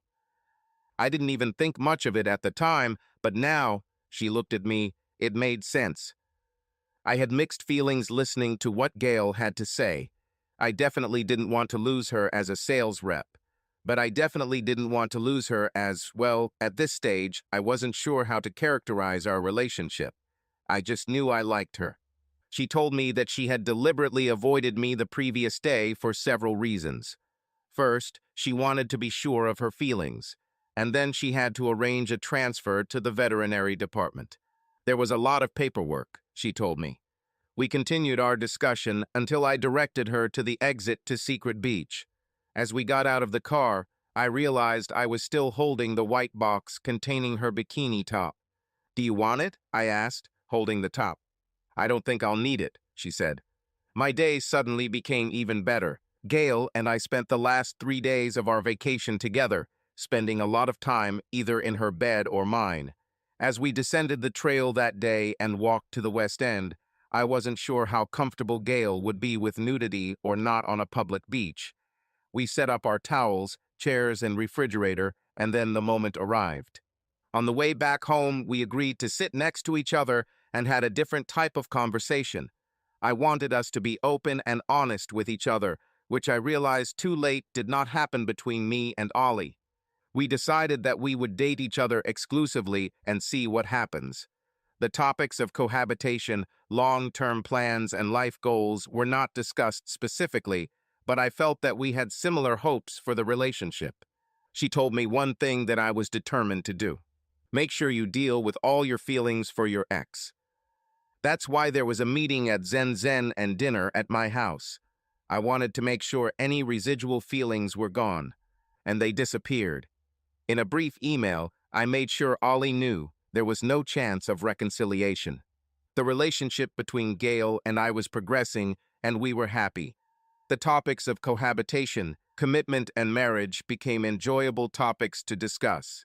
It was impossible not to compare Gail and Ollie. While Ollie's beauty was immediate and obvious, my physical attraction to Gail grew and grew. One thing I kept following was Novosum and Adrian Vasquez. In an attempt at self-preservation, he now cooperated with the Department of Justice and helped investors get some of their money back. It was cents on the dollar. Naturally, Vasquez argued that all the blame lay with Dr. Gupta. He wasn't here to defend himself.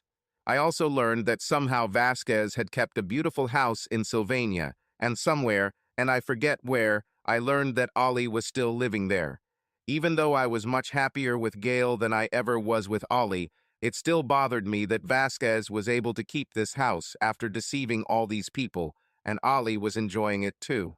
It was a Wednesday evening in early February. I was still living alone in my house. Gail was here often, but she hadn't fully moved in yet. She wasn't here that particular evening. As I entered the house, I grabbed my mail, opened the door, and balanced my work backpack and mail as I closed the door. Subconsciously, I noticed that the house was too dark. Before I could turn on the light, something hit me hard on the back of my head, and I lost consciousness. Slowly, I came to my senses. I became aware of a sharp pain in the back of my head. I also realized that I could not move my arms and legs. One of the table lamps, its shade raised, shone brightly in my face. The rest of the house was in darkness. I was still dizzy, but I felt, rather than saw, a silhouette behind the lamp. "Good morning," I heard a strange, high-pitched voice. "Who are you?" I managed to say. "Who am I?" He laughed joylessly in the same high-pitched voice. "I will either be your best friend or your worst enemy. You decide." "I don't understand," I said, completely confused. By this point, I realized that I was taped to the chair. "Of course," he began, "let me explain. You see, I invested $500,000 in your company, and now I want them back. I was told that they would be worth much more than my investment, but all I want is my 500,000 back, he told me calmly and pleasantly. Maybe it was a blow to the head. I have no idea what you're talking about, I told him. My name is Tobin Chester, he said, and I saw movement in the dark. He was rolling out something on one of my tables. I heard the metallic sound of instruments. So we have two options, still in the same high, calm and polite voice, but with a threatening undertone. You can give me my money now, or you can force me to use persuasion. With these words, he turned the lamp so that it shined on the table. There, on the table, lay an assortment of precision instruments. Suddenly, a deep fear rose within me. Wait, I panicked and started sweating. What money? What investment? What company? You know what I'm talking about. I found your address through business records. I put all my savings into fucking Novasum, the miracle drug, and I want my money back. I finally understood. I remembered the letters addressed to Ollie for Novasum, with my address. That's why he was at my house. He thought it was Novasum's address. Listen, I pleaded. There's a mistake here. I know about Novacom, but I have nothing to do with it, I continued. Actually, the people from Novacom. Keep silent, he barked at me, the calmness from earlier gone. I want, he began, the blades cutting through my shirt. My money, he continued, tearing off pieces of my shirt, revealing my naked body. Back, he shouted. Okay, he began, examining my bare skin. Usually all it takes is a little convincing, he said, leaning towards me. Let's get back to the question of my money. Silently, I pointed to my backpack, unable to speak. He followed my gesture. Maybe he thought there was money there. He opened and carefully examined every folder, my wallet, my business cards, and all the other contents of the backpack. What is all this? He asked with a puzzled look on his face. Can I whispered through the pain, tell you a story? He nodded quickly. She should be good, with the same strange high voice. So I told him. Talked about Pincus Labs, the meeting, and then meeting Vasquez at Secret Beach. He listened especially carefully when I talked about the topless part. Good news, he listened. I continued to tell him about how Ollie and Vasquez started their relationship, her investment in Novacom, the divorce, and her life there. Finally, I told him. I bet I hate that guy a lot more than you, I told him through the pain.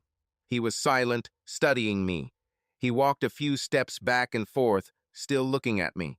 It's a good story, and I really think I believe you, he told me, but none of it helps me get my money back. I have an idea, I told him, wincing in pain. I told him that I knew where Vasquez lived. I told him in detail about the house, the grounds, and everything else I knew about Vasquez. If there's money anywhere, I said, it's in this territory. He continued to look at me, still processing everything I said. But do me one favor, I whispered. Make him pay. Cruel. Chester nodded and, to my great relief, began to put away his instruments of torture. At that moment, I suddenly realized where I had seen him before. It was a strange man in a beret that I saw at Novacom meetings. Apparently, Vasquez managed to convince Chester. Okay, he said, give me the details. The only person I shared this whole terrible experience with was Gail. I was sure that Tobin Chester would not come back for either me or Gail, but I wanted to make sure she was aware. Of course, she wanted me to report all this to the police. I nodded and told her I would think about it. I always tried to be honest with Gail, but this was an unusual situation. I never mentioned the conversation with Chester or where Vasquez lived. Although I trusted her 100%, I didn't want to put her in any danger if something did happen to Vasquez. Several weeks have passed since that evening with Chester, and the ordinary circumstances of life began to distract me from that topic. The work continued positively for both Gail and me. Another thing happened during this period. I proposed to Gail. She agreed, and we were now officially engaged. With so much going on, believe it or not, I somehow forgot about the conversation with Tobin Chester. Suddenly, I was reminded of this by the local news. Violent attack at luxury home in western suburbs. Wow, I could not imagine the horror that Vasquez experienced. A small sample of what I experienced with Chester kept me up at night if I allowed my mind to wander back to that experience. I tried never to think about it. Despite the horrific attack, for which I felt some degree of responsibility, life went on for me and Gail. Wedding plans were moving forward. Unlike the big country club wedding reception that Allison and I had, this will be a smaller event at a nearby bistro that we rented for the evening. A few weeks before the wedding, I heard some interesting news about Vasquez and Allison. Due to long hospital stays and lack of health insurance, he lost his beautiful home. I later learned that he had moved back to California to live with family members.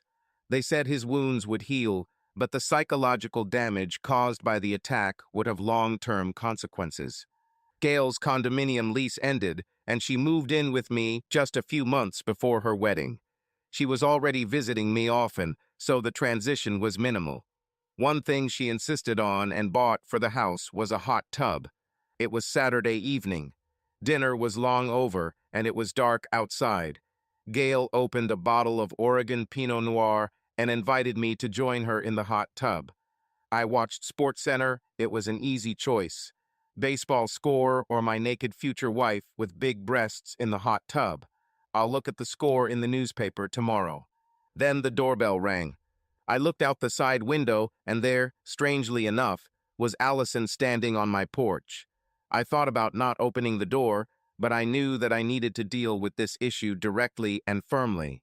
"Allison," I said as I opened the door. "What are you doing here?" I asked her. "Michael, oh Michael," she began. "I just need to talk to you. Everything went wrong. Please give me a few minutes," she begged. I still had a small, soft spot for her, and against my better judgment, I reluctantly agreed.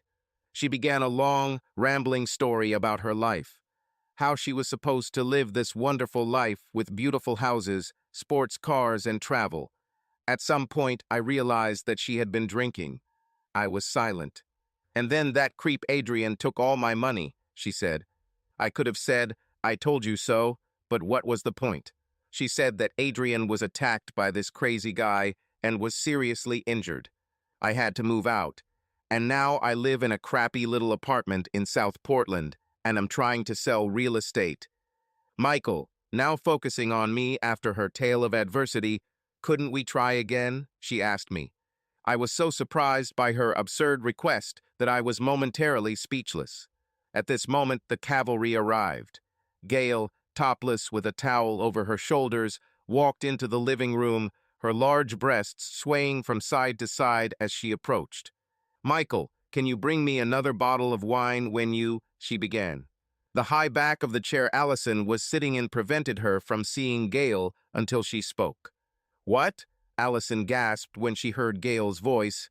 She turned her head to see Gail walking into the room, partially naked. Her mouth opened in surprise. Clearly, Allison was unaware of Gail's presence. "Long time no see, I know," I began, filling the pause. "Allison, this is my fiancée, Gail Beverly. I think you've met before." Allison's eyes opened wide. She stood up abruptly and walked towards the door without a word. "It's good to see you again," Gail called as Allison ran away. "Now about the bottle of wine," Gail calmly told me. Gail and I discussed the possibility of moving immediately after the wedding. Now, almost 3 years later, we realized we needed a bigger house. We were frugal, living on my income and saving what Gail earned. Luckily, Gail and I were on the same page financially. With the equity in my home and a large amount of savings, we could afford a larger home with all the features we wanted in the area we wanted. "Oh wow, here's something worth seeing. It's in Harmon Hills. Great schools in this area," Gail told me as she studied the ad on her iPad. It was Saturday morning, and we planned to visit a few open houses today. We agreed to sell our house. Now we just needed to find a new one. Gail and I wanted a family home. Home for a long time. "Michael," she said, turning to me with a smile, "there is a pool there." A pool was on our wish list, but in Portland, Oregon, homes with pools are rare. "Okay," I said, "let's see." We walked through the open front door. We took off our shoes and put on cloth shoe covers to protect the floor. We heard voices from another part of the house as we entered the living room. We walked through the dining room. There was a large window overlooking the front garden. As we explored the kitchen, the voices got closer. I paused for a moment. Could this be possible? And then, like in the theater, Allison appeared in overly polite sales mode. She had a big smile on her face when she greeted us. It took a while for her to recognize me. Gail had already moved on. "Michael," she said with a surprised expression on her face. "Hi," I replied. She stood looking at me, then gave me a brief hug. Gail continued to explore the house on her own. Allison and I stood awkwardly for a moment in the kitchen. "This is a beautiful house," I said honestly. "I think we're interested." She stood there looking at me, still surprised by the situation. Finally, she handed me a flyer with information about the house and encouraged me to explore and ask any questions. I caught up with Gail in the backyard by the pool. "I really like it. How about you?" Gail asked. "Do you know who the realtor is?" I asked her. "Yes, I noticed her when we came in," she replied. "Have you noticed? Why didn't you say anything?" I asked. "Because it doesn't matter," she replied calmly. "Now go and find out the details. We need to move quickly in this market." She added, "I told Allison that we were interested and wanted to make an offer." I asked a few follow-up questions and said we wanted to move quickly. When I said this, Allison just looked at me, not reacting to my words. "I'm a little surprised," she said, not entirely professionally. "I didn't think you'd be interested in a house like this. You understand what the asking price is," and she showed a sheet of paper with the price. "I understand," I assured her. "We understand the cost." She looked at me again, trying to understand why I wanted this luxury house with a pool in this area. "It's just," she began, "this is the type of house I've always wanted. It seemed like it was too much for you." She added, forgetting her professional sales skills. "Sorry," I said neutrally. "When we were together, I also wanted a house like this. The difference is that I was willing to wait until it was possible. I knew we would come to this. We just had different time frames." She just looked at me, understanding what I said. At that moment, Gail, 6 months pregnant, entered the room. "It's good to see you again, Allison," Gail said without much emotion. "And now about the house," she began, and the discussion continued. Later, after we had begun the proposal process, Gail and I walked around the yard again. As we returned to the front and walked to the car, I glanced out the large dining room window. There, sitting at the dinner table, face in her hands, shoulders shaking and tears flowing, was Allison. I couldn't help but think about how her life could have turned out if she had just been patient. It would be too cruel to tell her, "I told you so." The end. Subscribe to our channel so that your love doesn't cheat on you, and go ahead and listen to the next story, because this story is nothing compared to the next one. If you're under 18, don't even think. Click to the next one. Click to the next one. Click to the next one. Click to the next one. Click to the next one. Click to the next one. Click to the next one.